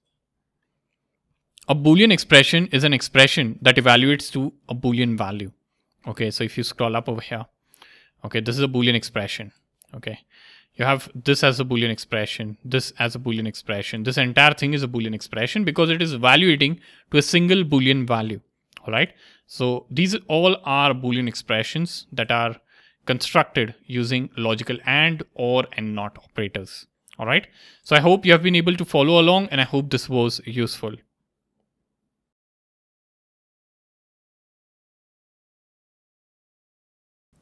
So now it's time that we start talking about ternary operator. Now what is ternary operator? So you can see over here conditional operator. So it's a very shorthand way of making quick decisions or choosing between two values. Okay, and here you can see this is its syntax. So let me demonstrate this with the help of an example. Okay, so let us say I have a variable, let's call it x. All right, so x has a value of 10. Okay, and let's say I have a Boolean expression. Okay, so I can say Boolean over here, and or let me not create a Boolean expression. I'll straight away have a message over here. Okay, so let's say if x is greater than 5, I want to print x is greater than 5, else I want to print x is not greater than 5. All right, so what I would do is I would say I would have a condition over here. Okay, we would follow the same syntax.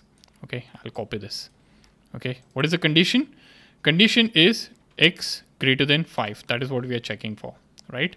So if x is greater than 5, this part says if this condition is true, then this will be evaluated or this will be used. If this condition is false, then this will be worked on or this will be used. Okay, whatever is there over here. Okay, so condition is something that we have added over here. Condition is added. What is value 1? So if x is greater than 5, I wanted to print a message. X is greater than 5. Okay, for now. And if it's false, I'll have x is less than 5. Something like this. Oops. So here. Okay. And what I will do is I'll say console.log and I'll print in message over here. Okay. Now what do you think would be the output? X is 10, so it should be x is greater than 5. If I save this, you'll see x is greater than 5. Okay. Now if the value of x reduces to that of 4, you'll see x is less than 5. Okay. So we are making decisions over here. Okay, I'll just add space over here. We're making decisions over here with the help of the ternary operator. Okay, now here in this entire expression, I don't need this to be enclosed within a pair of round braces. So you can see over here, this is also fine, but it's normally a good practice to like have the condition that you're writing in a parenthesis, or I should say round brackets over here. Okay, if you save this, you'll see this is the output, and the output is not impacted. All right, now here, instead of an expression, a Boolean expression, you can even have a value that is Boolean. Okay, so I can simply type in true over here, and you can see this is x is greater than 5. And if I say false over here, you'll see x is less than 5. Okay, I'll just do Control Z, and we'll bring back our Boolean expression that we had. Okay, so this is what ternary operator is. Okay, so if the condition is true, the true value is returned. This is a true value. And if the condition is false, then this is returned. Okay, and all of this resides between a question mark and a colon. Okay, you can see the syntax over here. Okay, so yeah, this is what a ternary operator is. Now let me give you one example. Okay, let us write a simple program that will check if the value is Boolean or not. Oh, sorry, not a Boolean. A value is even or not. Okay, or a number is even or not. All right, so that is where we can make use of the ternary operator. So let's say I have this number 4. Okay, and what I would do is I would have result over here. Now what is result? Okay, so result actually will have the remainder after division by 2. Okay, so what is an even number? Even number is a number that is divisible by 2, right? So I'm simply going to say number over here. Okay, percentage 2 is equal to 0, and I'm making use of strict equality. Okay, so this becomes now a Boolean over here. Okay, I'm not storing remainder over here now. I'm just storing a Boolean value, which is the result of this expression. Okay, and 1 second. So here I can say let exp over here. Okay, this is what it is. Okay, and now what I can do is I can say if exp is true, then you can give the output as even. Okay, or you can give the output as odd, something like this, and you can save this, and this should return. Okay, we are not printing result over here, so I need to print result as well. Oops, I need to take this on a new line. All right, and I need to bring in result. Now the output is even, and if this is 5 over here, for example, the output would be odd. Okay, now instead of having exp as a variable, you can actually cut this entire expression over here, and you can actually bring it over here. Okay, this is also doable. I'll get rid of this. Okay, now this is doable. All right, you can see how this output is working fine. Okay, so yeah, this is what the program is. We are actually evaluating whether the number is true or not. Okay, so decision making is really important part of program.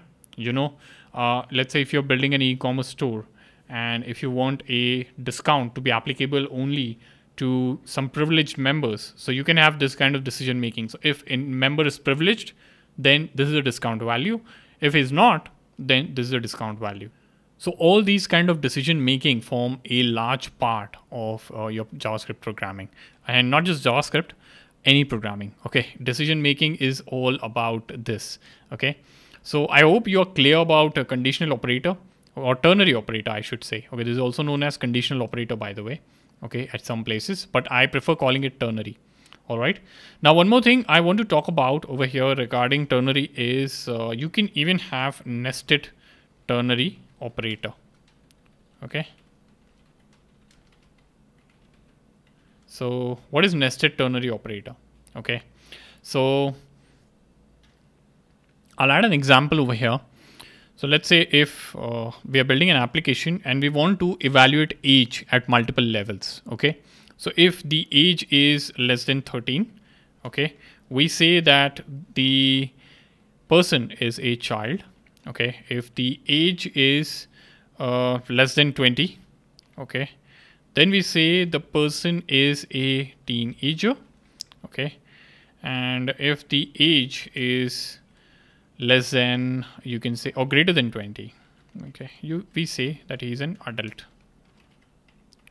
Okay. So here actually this won't be less than 20, but this will be between 13 to 20. Okay, so if the age is between 13 to 20, he's a teenager. And if the age is greater than 20, he's an adult. How would you do this with the help of ternary operator? Let me show you. Okay, so first I'll say let age is equal to, I'll have a value of age. Let's say it's 16.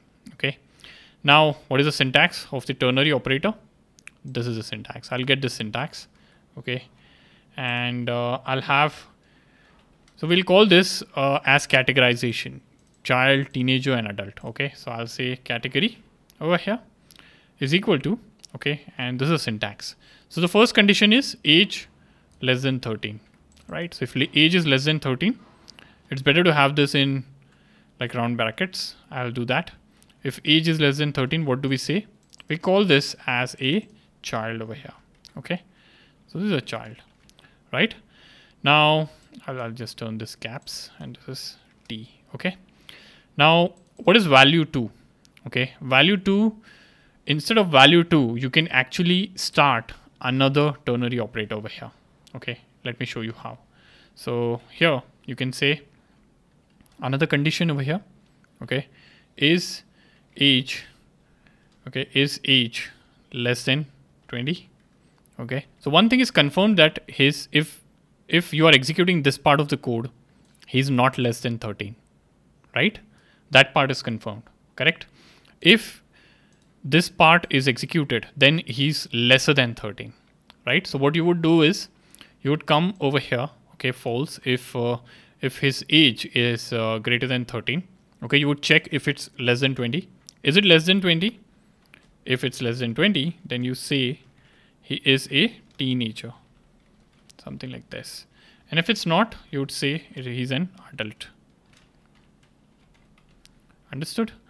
I hope this is making sense. Okay, and let me see if you can, if I can bring this on a new line. Okay, so this is now readable in a single go.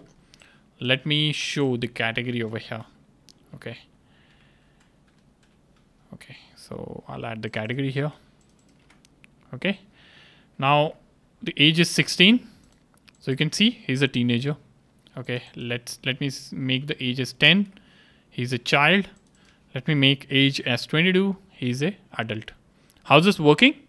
So we are first checking for the age over here. If the age is lesser than 13, okay, he's a child. Okay, and if this is false, if age is greater than 13, then we are checking is the age less than 20 or greater than 20.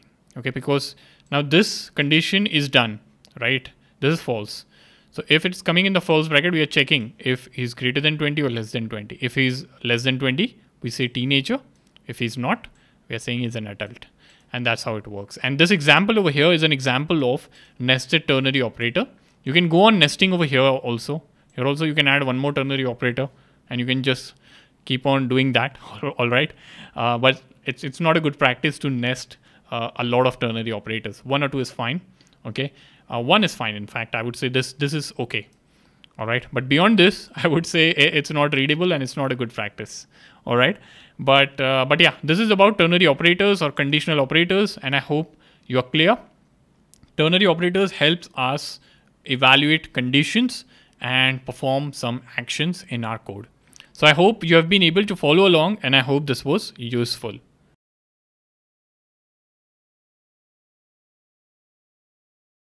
All right, so now it's time that we talk about one of the interesting topics called arrays. Now, there will be scenarios when you are writing programs wherein you want to just not store a single value, but instead you want to store multiple values of similar thing. Okay, now let me give you an example. You can create a variable to store one student information. For example, you can create a variable called roll number to store a student's roll number. What if you want to store 1,000 students' roll number? Are you going to create 1,000 variables? Absolutely not. And that is when you can create arrays. So arrays allow you to store multiple values in a single variable. Okay, and you can create arrays with the help of square brackets like this. So we are going to talk a lot more about arrays. So let me create an array for you. I'll create array called numbers over here, and I'm going to have 1, 2, 3, and 4 over here. Okay, and you can like print it this way. Okay, you can say numbers. Okay, this is going to give you the output as 1, 2, 3, 4. Now you can even create arrays on the console directly. This is a JavaScript console. So you can say num is equal to, I can add this. Okay, and you can print in num over here, something like this, you can see, right? So this is also a way to do, okay, but we'll stick to Visual Studio Code. Now this is how you can create numbers, okay, numbers array, and you can even create a array of strings. So I can say let fruits, let's take an example of fruits, and you can have apples, you can have a banana, you can have orange. All right, and you can just do console log over here. Okay, so I'll do console log and I'll print fruits. Oops. And I'll do save this. Okay, you can see like the output over here. Now the thing is, we have created arrays, and creating arrays is relatively simple. All right, now how do you access elements in an array? All right, now if you are having these many elements, okay, this is a list of elements in the array. Now I want to mention over here that the elements in arrays can be accessed with the help of something called as an index. Okay, so index meaning the position of the element. So 1 is at position 0, okay, because the indexes are beginning from 0 always. Okay, so you have 0, 1, 2, and then you have 3 in our array. Okay, now how can you make use of these indexes or position? It's actually position, all right, that starts from 0. Okay, they are zero based, it follows 0 based indexing is what they call. Okay, but the question is, okay, this is a position, this is the index that I have. All right, how do I make use of it? So you can say console.log over here. Okay, and let's say if I want to access numbers and I want to access the number at position or index 3. Okay, so you can see 4 being printed. Okay, I can have it fruits. I can save it. Okay, so there's no fruit at position number 3 because 0, 1, and 2. Okay, so that's why we are getting undefined, but you can have 1 over here and you'll see banana over here. Okay, so JavaScript has a 0 based indexing. Okay, and this is common for a lot of programming languages out there. If you're coming in from Java, you will be aware of the indexing over here.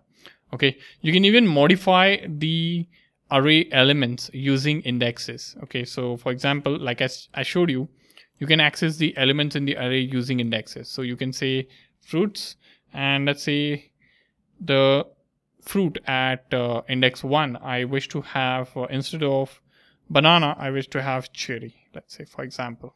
Okay, and then if you try to print it over here, you're going to see cherry as the output. You can see, so we have modified the element at the first index over here, which is the second position in the array. Okay, so this is about array. You can even have array within an array. Okay, so you can create a sort of matrix over here. Okay, so I can say matrix, let's call it matrix itself. You create array with the help of square brackets, right? Now within this, you're going to have square brackets again, and you can say 1, 2, 3. Okay, you can have one more, 4, 5, 6. Okay, and you can have 6 or 7, sorry, not 6, it should be 7, 8, and 9. Okay, and you can print this. Okay, we're getting an error, cannot read.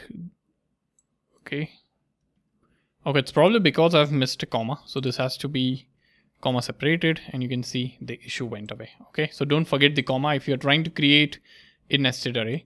And you can print in matrix over here, something like this, and you'll see the output here. Okay, so this, you can see it's array of arrays. Okay, so you can print it this way, 0, and you'll see like the array at the first index being printed. Okay, you can even print the first element, so you can use something like this, double indexing, and you can get 1 over here. Okay, if you say 1, oops, not Q, 1, you'll see 2 being printed. Okay, so this is 0, 0, 0, 1, 0, 2. Okay, so this 0 first is representing the row, and this is representing the column. All right, so this will be 2, 2. All right, I hope this is making sense. All right, so this is how you can make use of nested arrays, or this is also known as multidimensional arrays. Now let's talk about some methods that are provided to us when we are working with arrays. Now let us talk about some of the methods that are available for developers like us to make better use of arrays in JavaScript. All right, so you can see there are multiple methods like push, okay, which is used to add an element at the end of the array. Pop, which is used to remove the last element. Shift, which is used to remove the first element. Unshift, which can be used to add element into the beginning of the array. Slice, that copies a portion of an array. And then we have splice, that can add or remove the elements at the specific index. So let's take a look at each one of them individually. All right, so we'll begin with push over here. Okay, so push. Okay, now what is push? It says that it adds an element to the end. All right, now before we talk about push, let me also remind you of an interesting property over here that array has, which is of length. Okay, so you can get a length of the array in JavaScript over here like this. Okay, you can see 3 being printed, which means fruits has 3 elements in it. Okay, you can see it has 3 elements. All right, so now if you want to push an element into an array, what you can do is you can say fruits dot push. Okay, and I can push any element over here. Okay, I can say orange probably. Okay, like this. Okay, and I can say console.log over here, and I can say fruits. Okay, now if you print this, you'll see apple, cherry, orange, orange. So orange has been added twice over here. Okay, if I add banana over here, okay, you'll see apple, cherry, orange, banana. That is what it is. Okay, so you're pushing an element into the end of the array, and if you take the length over here of the array after pushing the element, the length is now 4. Earlier it was 3. All right, so this tells us that the arrays in JavaScript are dynamic, right? You can add and remove elements, and the size of the array can change dynamically. Okay, and length is an amazing property that can help us get the length of the array. Okay, so this is about push. It's pretty simple. It is used to push an element into the end of the array. All right, that is what this says. Then we have pop. Now what is pop?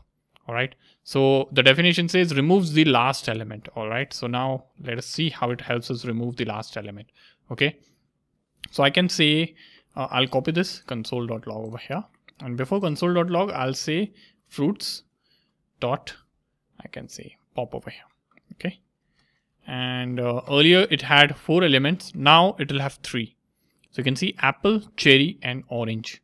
Okay, you can even get this element that is popped into a variable, so you can say last fruit, for example. Okay, and you can even print the last fruit that you got. Okay, that is also possible. So it is possible to catch the last element. You can see apple, cherry, orange, and you got banana as the last fruit over here. You can see the definition over here removes the last element from the array and returns it. Okay, so it is also returning. Okay, if the array is empty, undefined is returned and the array is not modified. Okay, so this is about pop. And the next thing you have is shift. Now what is shift? All right, so shift removes the first element. Okay, so like pop removes the last element, it removes the first element. So I'll just get this over here. Okay, or I'll just get this part over here. Okay, and this thing I'll comment for now, and you can say shift over here. Now if you run this, you'll see apple was first. Now you have only 2, cherry and orange. Okay, you can even get the first fruit over here, like we got the last fruit. Let first fruit over here. Okay, something like this, and let me print first fruit. Okay, over here you can see apple is the first fruit. All right, so like pop returns the last element, shift, if you hover on this, it removes the first element and it also returns it. Okay, that is what shift does. All right, then you have something called as unshift over here, which is used to add an element into the beginning. Okay, so let me like get this method here. Okay, this is shift. You come over here and let us experience unshift over here. Okay, so what I can do is, let's say I have fruits. Now this is what fruits contain. Okay, what I can do is I can say fruits dot unshift, and I can add, let's say, I can add apple again, something like that. Okay, and let us do a console log. You can see apple again being added. Okay, so earlier we had apple, which was removed. Okay, and then we have apple again. You can see over here. Okay, so this has added, unshift has added this particular element into the beginning over here. Okay, and you can see inserts a new element in the start of the array and returns the new length of the array. So it is actually returning the new length of the array. Okay, if you want, you can say new length over here. Okay, and you can say console.log over here, and you can print in new length, something like this. Okay, you'll see the new length of the array. Okay, over here. Earlier it was a length of 2. Now it has length of 3. All right. So this is unshift. Now the next thing we have is slice. Now slice copies a portion of the array. Let us take a look at what this means. Okay, so this is slice for us. All right. Now let us say we have an array. Okay, so this is the array of 4 elements. All right. Let me like slice this. Okay. So let's say if I want to slice the elements from index 1 to 2. So from cherry to orange. Okay. Because there is 3 elements, not 4. Okay. So, or let me get an array of 4 element over here. Okay. So I can actually redeclare this array over here, recreate, or let me see. Okay. Here orange, and I can say cherry in it, or strawberry. Something like this. Okay, so now we have elements with an array with 4 elements. All right, what I can do is I can actually have let. Okay, I can have sliced array, and I can say fruits dot. I can say, so here you can see s. If you type in s, you have slice. We'll make use of slice 1, 3. Okay. And you can say console.log over here, and you can say sliced array. Oops, so it's saying, okay, this has been already been declared and we cannot use it again. So I can say new fruits over here. Okay, I should have used a new name. All right, new fruits, and I'll save this, and you can see banana orange. All right, so this is index 1, and then this is index 2, and you can see how it's sliced from here. Okay, so this is copying the element from index 1 to 2. That is what it's happening. Okay, so we are saying 1, 3. So what it's doing is from 1 to 2 over here. Okay, these both are being sliced in. All right, and if you hover on this, you'll see it returns a copy of a section of an array for both start and end. And negative index can be used to indicate an offset from the end of the array. So -2, if you say -2, refers to the second to the last element of the array. Okay, which means second to the last. So -2 will be orange over here. Okay, is the second last. All right, so that is how slice can be used. It is used to slice an array essentially. And then you have splice over here, which can be used to remove or add an element at a specific index. Okay, so let me try this. Okay, splice over here. Okay, now you have fruits over here. So what I'm going to do is I'm going to say fruits dot splice over here. Okay, and what we are going to do is we are going to remove one element at index 1. Okay, so you can say one element.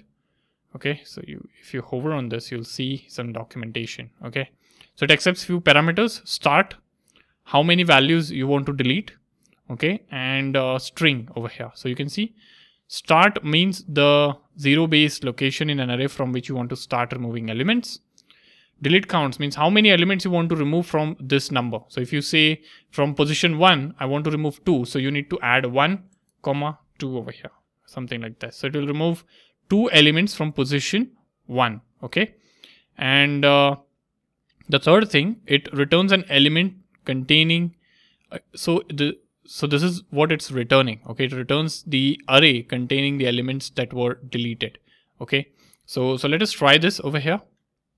So what I would do is here I would say console.log over here first, and I'll print in fruits. Okay.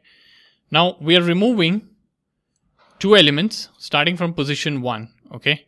So if I save this, you'll see apple again only being printed. Okay. So this is the array that we had. So we are removing 2 elements starting from position 1. Okay. So you can see it had apple again and cherry and orange. So only apple again is left because 2 elements from position 1 means both the elements are removed in the end. Okay. Now the documentation said that it returns an array containing the elements that were deleted. Okay. So you can actually get them. You can say let deleted items over here. Okay. And I can print deleted items essentially over here. Okay. So I can say deleted items. Oops. Over here, and I can save this, and you can see these were the items that were deleted over here. Okay. Now one magic is after deleting, like we have used splice to delete the element. Okay. Now this can also be used to delete as well as add elements at the same time. Now if I specify an element over here, okay, you can see items. So these are elements to insert into the array in the place of deleted items. You can see this automatically popped up. So you had you had delete count, and now you have a list of items. So I can say new item over here, and I can save this, and you'll see new item added. Okay. Let me add one more item over here. Okay. I can add new item again, and you'll see. So in place of the deleted items, you can even add new items with the help of splice. You can see. All right.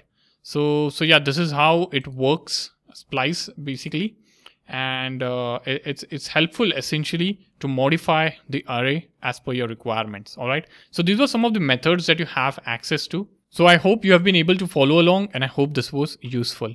If you are enjoying this course so far, then you should also check out our complete full stack development mastery roadmap, the details of which are given in the description below. It comprises of multiple courses that you would have access to.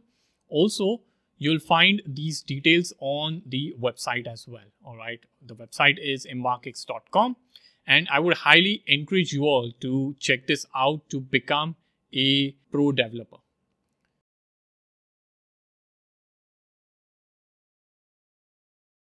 So now it's time that we begin talking about objects. Now, what are objects?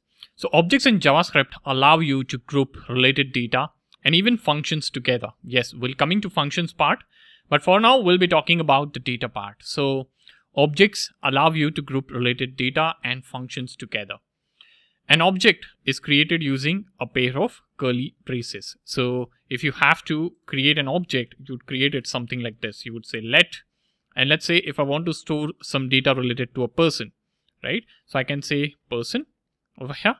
I can have a pair of curly braces like this, and then I could have key value pairs in it, okay, where each key is also known as property and has a value associated with it. All right. So I can say what would a person have? So a person can have a lot of information. Okay.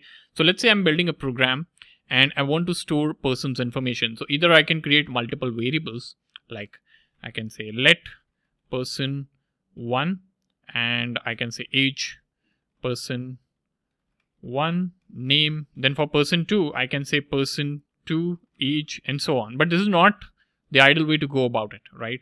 So instead, what you would want to do is you would want to have an object where you can group related data to a particular person. So for person 1, I could say name, and I could have name as Alice, for example. Okay, I could have age, and age can be 25. Okay, now make a note over here. This is a string over here, right? This is a string. This is not a number. This is a number over here. And I can also have Boolean over here. So I can say, is person a student? And I can say true or false over here. Okay. So make a note that you can have data of multiple types over here. Okay. So coming back over here, an object is created using a pair of curly braces like we're doing over here. It contains key value pairs. So this is a key and this is a value. Okay, where each key is also called a property. So this is also a property of the object. So person has 3 properties, which is name. You can see if you hover on this, it says property over here. Okay, and it's called name, and the data type is string. If you hover on this, if I hover on this, it's property age and the type is number. If you hover over here, property is student and it's Boolean. And if you hover on this, you can see the entire definition of person. All right. And you would see data type over here instead of the values. All right. So each key is called a property and it has a associated value with it. All right. So this is what we have done with by creating a person. And of course, to print it over here, you can print it something like this as well. All right. And you'll see this being printed onto the console. All right. Now, there are multiple ways in which you can access the object properties. All right. So here we are printing the entire object over here. Right. But if you want to access specific property, okay, you can even do that. And there are multiple ways for doing that. So let's say I can say console.log. Now you can make use of something called as dot notation. So person.age over here. So we are printing age as 25. This is one way of doing things. Another way is I'll duplicate this. Another way is you make use of this kind of a syntax. Like you have square brackets and within this you have the name of the property. You can see. And then you can even access it this way and you'll see the output onto the console. All right. So these are the two ways in which you can access properties of objects in JavaScript. Now, the thing is, if you take a look at source code online, you'll see majority of the time, this is what is being used. Okay. Like anywhere in your production grade application, in your workplace, or anywhere, any sort of source code that you read about online, you'll see like this is the convention that is being used at multiple places. This is very rare. And the obvious reason for this is not that easy to look and even to type, right? So this is much more easy, the dot notation one. And that is why this is being used commonly. All right. Now, we spoke about creating an object. We spoke about accessing properties. You can even add or update the properties. Okay. Now, let us talk about update first. So first we'll update the age. So you can say person.age is equal to, let's say 66 over here. Okay. And then if you print in this over here, okay, and if you save, you'll see the person age is being updated to 66. And even if I print in the entire object, you'll see it has 66 as a value that it's holding. All right. Now this is about updating. This is how you update. It's pretty simple. You make use of dot notation, or you can even make use of this kind of a syntax over here with the square brackets. And you can update the property by assigning it a new value. Now, how would you add a new property? Let's say I want to add a new property wherein I wish to store the job of the person. So I can say person.job over here, and I can say engineer. Something like this. All right. And I can print in this object over here. And now if you print in, you will see it has a new property in it called job. So this property, first of all, did not exist when we created person. You can see it did not exist. It had only three properties: name, age, and student. You can see. All right. But then later on, what we did is we added a property. We said person.job and we assigned it a value called engineer.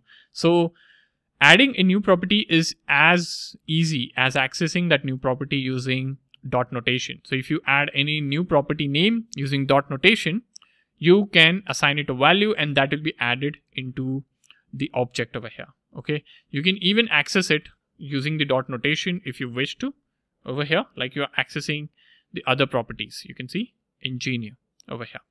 All right. So this all is the possibility over here with when you want to create or when you want to add or update the properties. All right. Now, like you can add a property into an object, you can even delete a property. How would you do that? Okay. So let us take a look at deleting properties. Okay. So let's say I wish to delete is student over here. Okay. So right now I can make use of delete keyword, sorry, not del, it's delete keyword. You can see in auto suggest, you can see person dot, and you'll have the list of properties over here. Now, which one do you want to delete? I want to delete is student. Okay. And then if you try to access is student over here, and if you save it, you'll see it gets undefined. All right. And if you just print in the person, you won't see is student as a part of this. You can see earlier it is student was there in this particular object, but then later on you don't have is person over here. Okay, so that property is actually being deleted with the help of delete keyword. All right, so it's possible to add properties dynamically after the object is created, and also you can delete the properties after the object has been created. So that all is possible. All right, now it is also possible to check if a particular property actually exists in a given object. All right, now there will be scenarios, of course, wherein you might want to update a property if that property exists. So let's say if job exists in this person, then you might want to update the job. Okay, if you don't add that check, then what would happen is, if a job does not exist in person, it would be added, it would be newly created, and you don't want that to happen. You want to update only if it exists. Okay, so first thing what we can do is, okay, check, one second. So we'll check if property exists. Okay, how would you do so? So I'll just scroll down over here. Okay, and I would say console.log, and I can say name in person. Okay, now this is going to result in a boolean value. Okay, you can see true over here. Why is it giving true? Because name actually exists in person. You can see we've added name over here, and if you take a look at the previous console.log statements, you'll find name being present. Okay, this is one way to check it. There is one more way. So you can say console.log over here. Okay, and you can say person dot, and you can say has own property, something like this, and then you can say age over here. Okay, you'll again get true over here. Okay, so this has own property determines, you can see the documentation over here, determines whether an object has a property with the specified name. All right, now if I change this to age 1, if I change this to name 1 over here, of course these two don't exist. So if I save this, you're going to get false over here, right? Because these two does not exist. I'll just do Control Z over here and I'll save it so that I get true printed onto the console. All right, now this is really useful. Like I said, if you want to perform updation of properties depending on whether the property exists or not into an object, you can make use of these, any of these syntax. Okay, and you normally use this with conditional statements, and if it's true, you then probably would update the property. All right, and yeah, this in thing over here that you're seeing is an operator over here. Okay, and with the help of this, it allows you to check. Essentially, you're seeing what is the use case of in over here. All right, so yeah, this is about checking if the property exists. Now there is something called as nested objects. Okay, which means an object can contain another object as well, or other objects as well. Now over here, the object definition that we saw, object has key value pairs, right? It does not have something nested into it.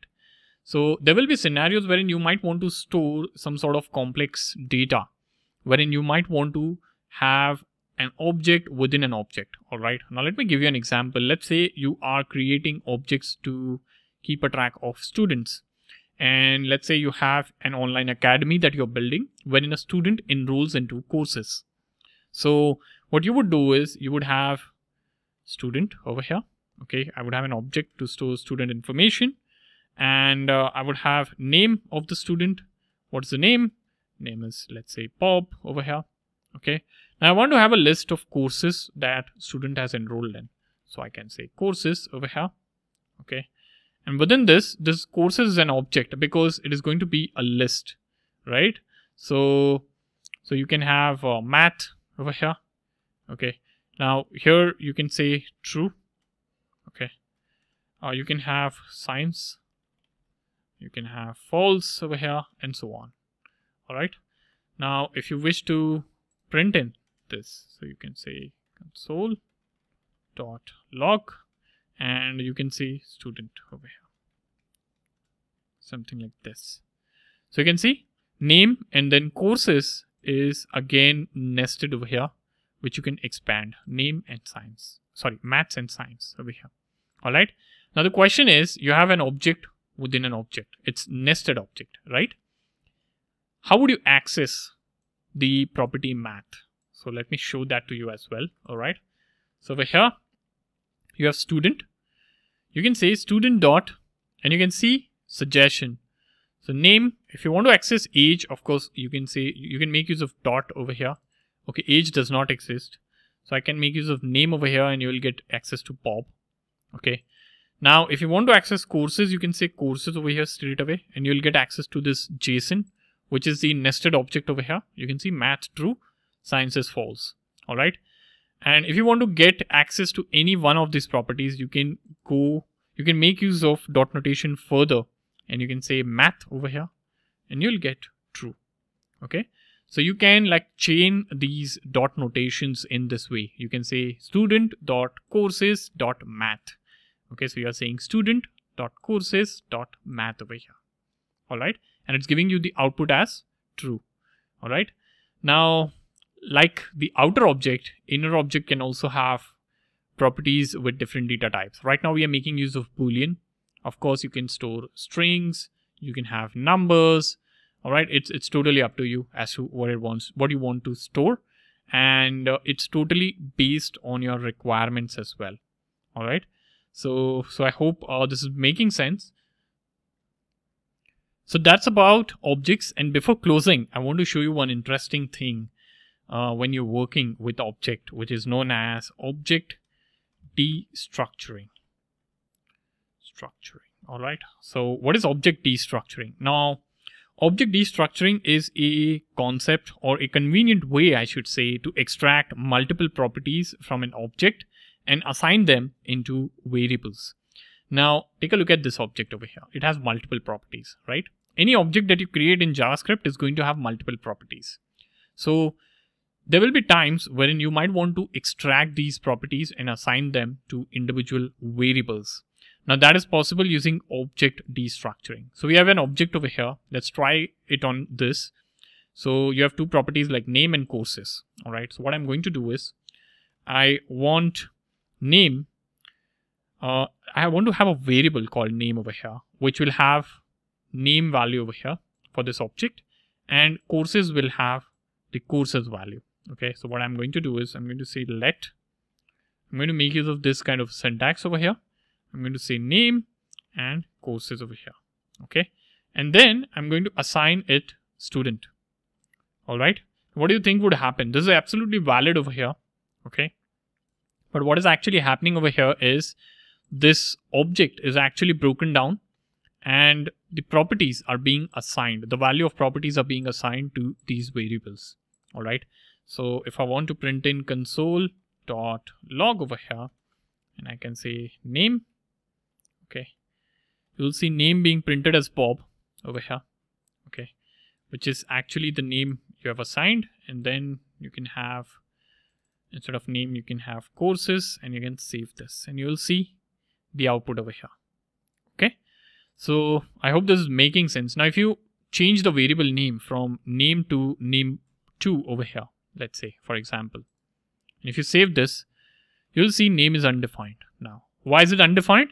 Because in order for destructuring to work perfectly, so name should get assigned to name over here, then this name has to be actually match the name of the name inside this property, inside this object, I'm sorry.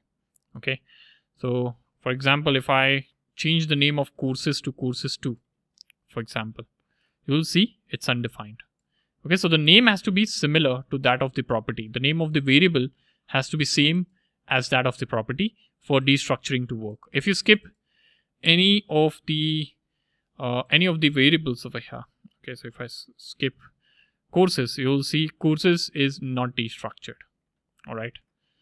So yeah, that's what object destructuring is. And this is all about objects in JavaScript. And I hope this video will help you understand any code that you see which is making use of JavaScript objects in future. Good luck.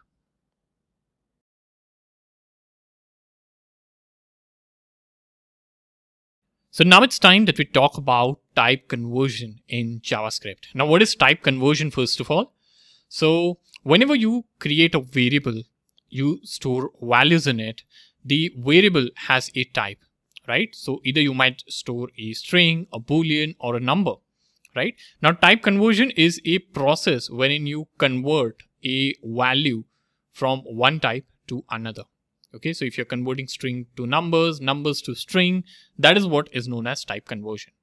Now, one thing you need to know is, which you already know, of course, JavaScript is a loosely typed language, which means that you don't need to declare the type of a variable, right? And the type of the variable can change dynamically depending on what values you are storing.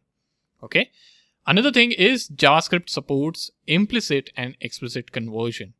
So what implicit means is, implicit conversion is a type wherein JavaScript itself automatically converts the value from one type to another. And explicit is where you as a programmer are instructing to convert a value from one type to another. All right. So let's take a look at type conversion. Now, let me give you an example over here. So let's say I'll have X. Okay.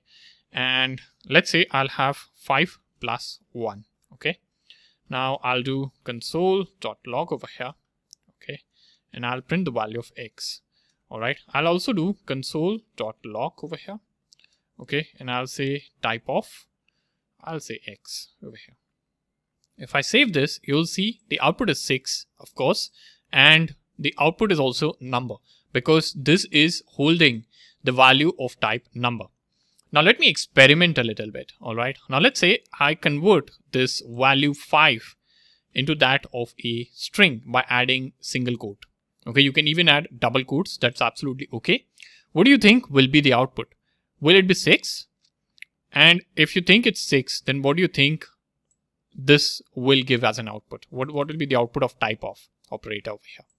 If I save this, you'll see the output is 51, and then you have string over here. Okay, so what is happening over here is you have 5, which is a string. Okay, you have plus operator.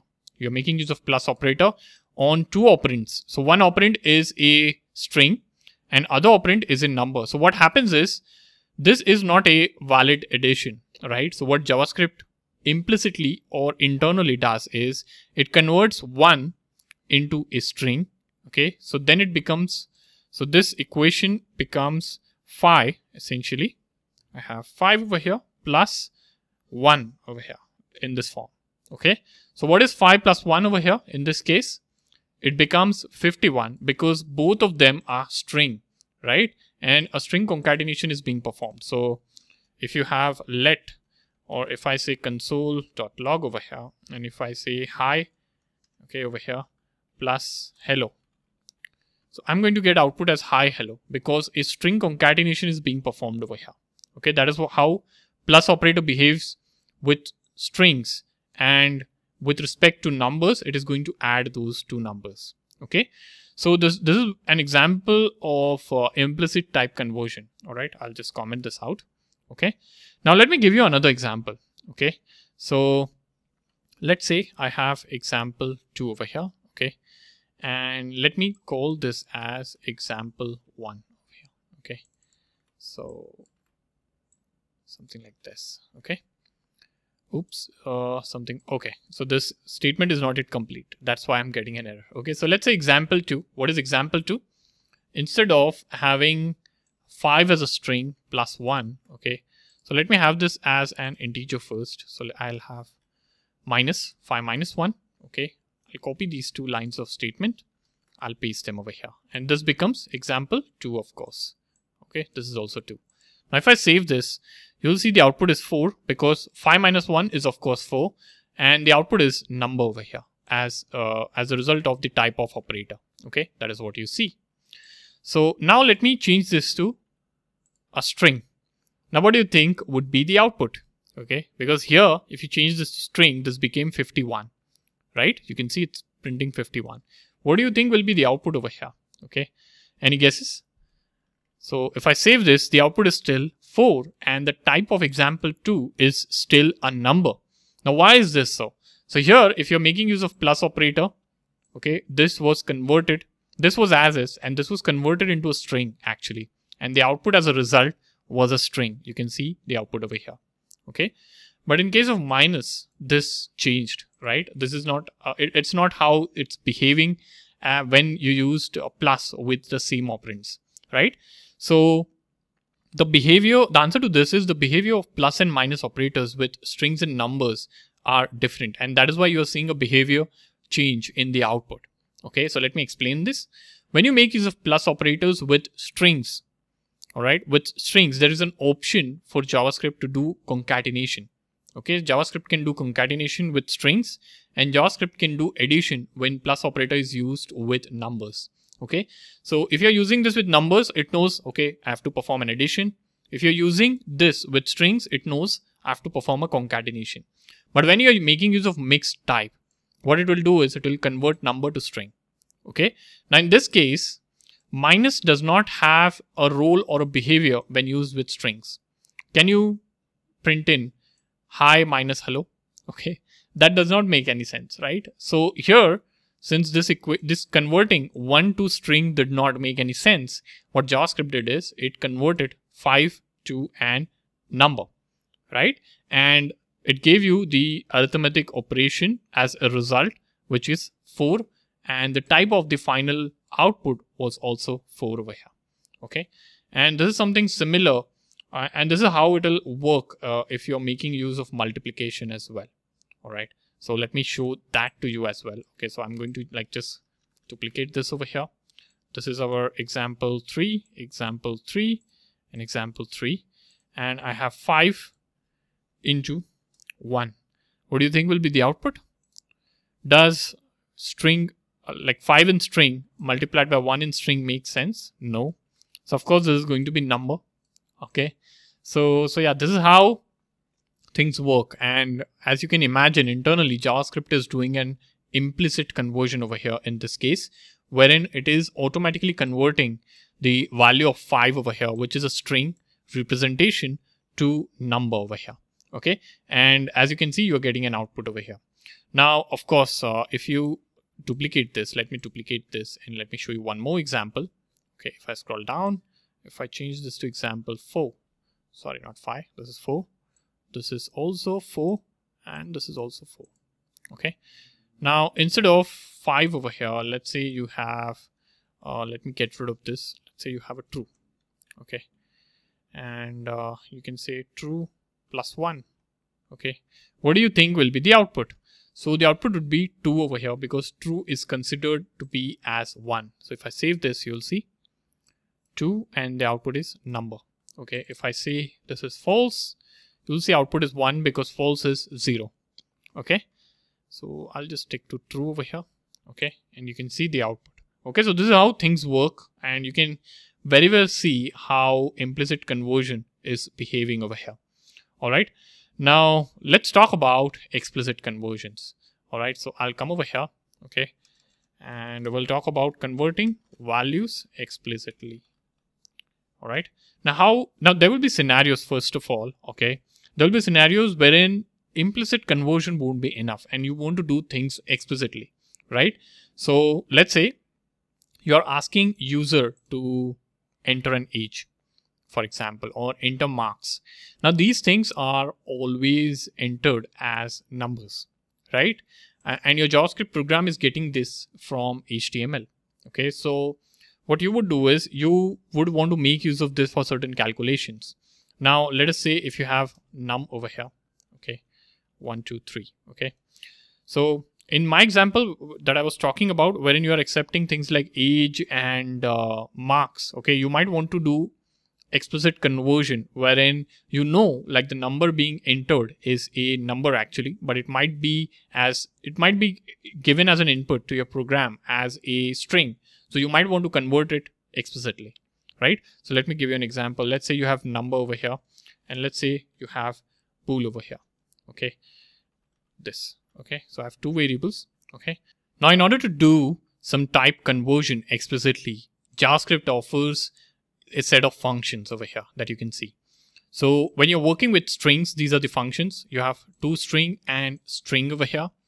You also have number, parseInt, and parseFloat if you're working with numbers. And if you want to work with Boolean data type, then you can make use of Boolean over here. So let's explore how you can make use of them individually. So first we'll talk about strings over here. Okay. Now I have a couple of strings created already. So what I would do is I would just move them inside this block over here, not block, after the comments. Okay. Now let me convert, or let me show you how to make use of string function. So I can say let num to string over here, and I can say string like this, and I can say num. Okay, so you just pass a parameter over here. Okay, and I can say console.log over here. I can say num to string. I can add a comma, and then here I can say type of, and let's print type of num to string. Okay, now if I save this, you will see 1, 2, 3 and string as the output. Okay, so yeah, this actually is a number and it's being converted into a string. Now the value is same 1, 2, 3, but it's in string format right now. Okay, now this is one thing. How can you make use of Boolean over here? So Boolean also you can convert. Okay, so let me create a new variable over here. Let's say bool to string over here, and I can say string.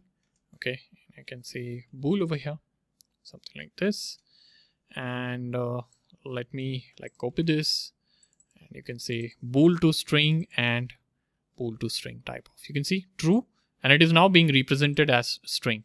So this is how this string works over here. You can see. All right.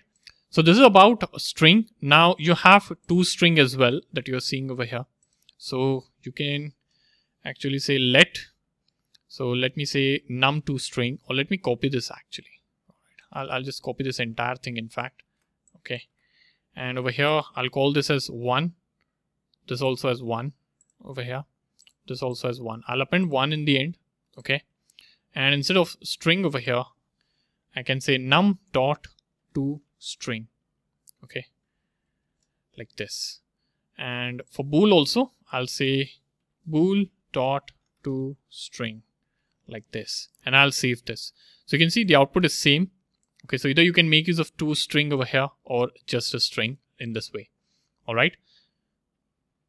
Now let us talk about numbers. Okay, so if you have a value in string, let's say str num, okay, you can't use it for calculations. So let's say you have 4, 5, 6 over here.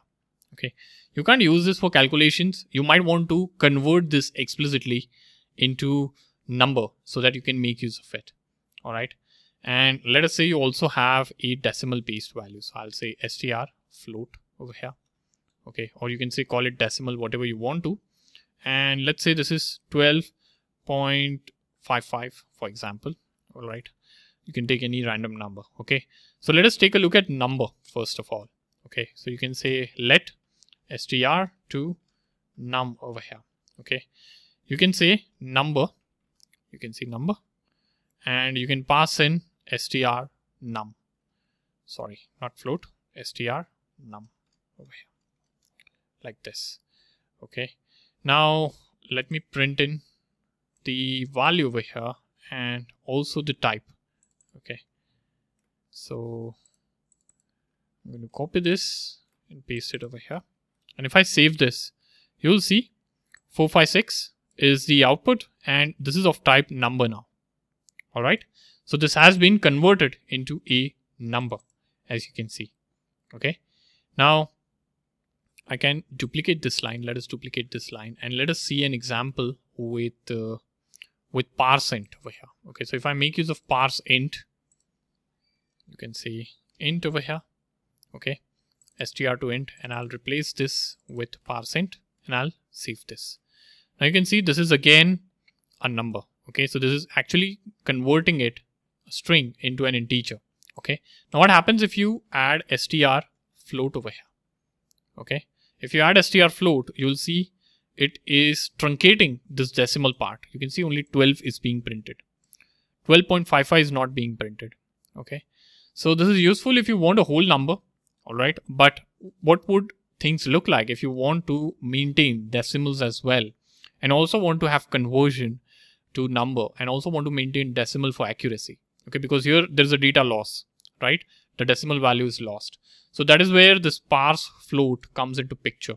So what you can do is, let me duplicate this over here, str to float over here, and I'll paste this over here, and I'll save this.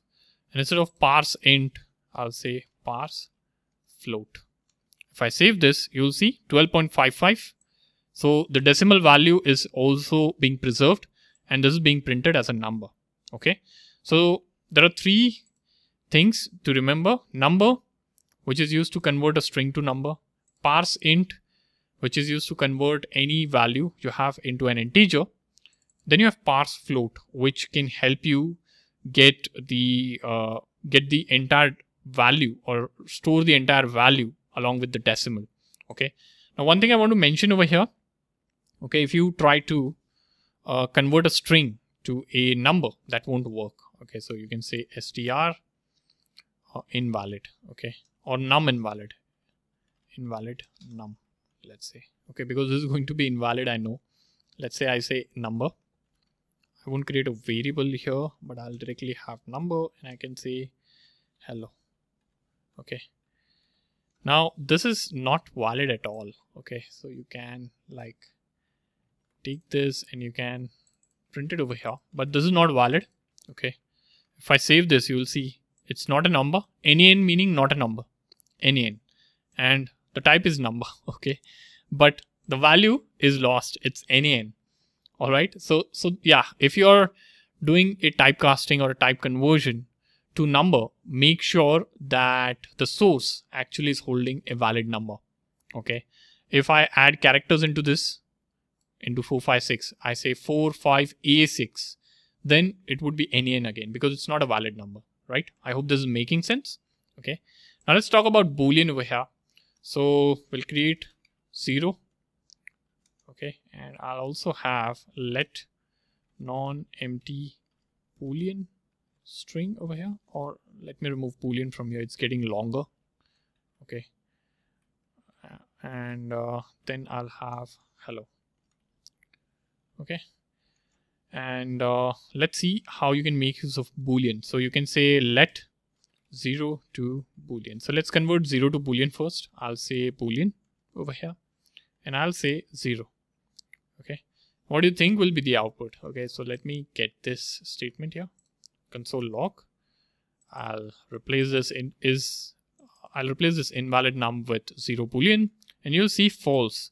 So 0 is actually translating to false when converted to Boolean. And now if I okay, I added 0 accidentally over here. This should be 0. Okay, output will be the same, but if you convert this 0 into 1, this is going to give you true. Okay, if you say 156, any random number, it will stay true. So it's false only for 0 over here. Okay, I hope this is making sense. All right, now if you have this string over here, what happens if you try to convert this to Boolean? Okay, so let me copy this over here. Okay, I'll go to next line, and instead of 0 to Boolean, I'll say string to Boolean, and here I'll have non-empty string. Okay, and I'll copy the string to Boolean and I'll add it over here. Let us see what the output is. You'll see true. Okay, so any non-empty string if you have, and if you try to convert it to a Boolean, you're going to see true as the output. Okay, so values like 0 or empty string or null, undefined, and NaN are falsy, which means they're converted to false. So even if in place of 0, if you have an empty string, okay, it will be false. You can see if it's NaN, let's say NaN, and if I save this, it will be false. Okay, if it's null, it will be false again. Okay, but I'll stick to 0. Okay, and everything else apart from like 0, empty string, null, undefined, NaN, These are all false values. If these are converted, they'll translate to false in Boolean, and everything else apart from this is true, right? So I hope this made sense as to how type conversions explicitly work in JavaScript. Okay. Okay, this was a mistake over here. So I hope this is useful.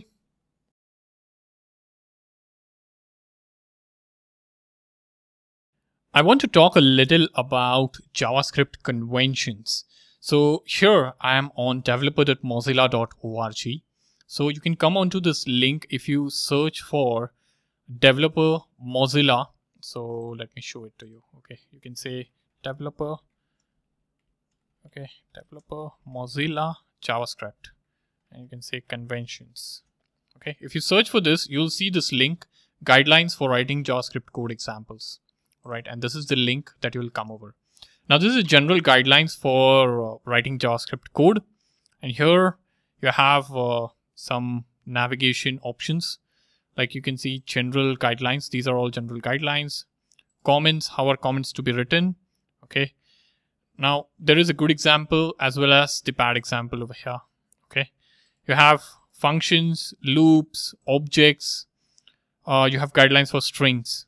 Okay. You can see over here. How are guidelines, how are strings to be used? Okay, variables, you can see over here, good variables, bad variables. Okay, so all of this you can keep in mind over here. Okay, you can see if variable will not be reassigned, prefer using constants. All these general stuff that is supposed to be followed when working with JavaScript, that is what is written on the single page document. Okay, so you can keep this handy over here. These are all general guidelines for writing JavaScript code, and it also has good examples in it. And the best part I like is it has good example as well as the bad example. Okay, so that's about this document. There is one more repository that I want to point out to you.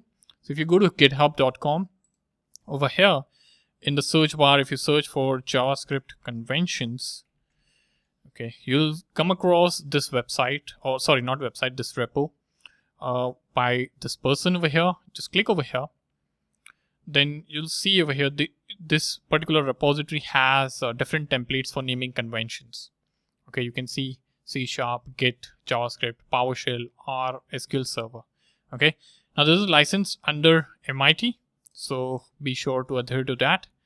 And over here, you can, if you click on JavaScript, okay, you can have this handy always. So this has some good examples in a tabular format. You can see function name has to be camel case, local variables have to be camel case, constant has to be Pascal case, and so on. Okay, so you can follow this convention over here. There are some good examples also that you can take a look at. Okay, so yeah, these are JavaScript conventions. This one is this. You should also check out this one. Like I said, developer.mozilla.org. Okay, so I hope this was useful.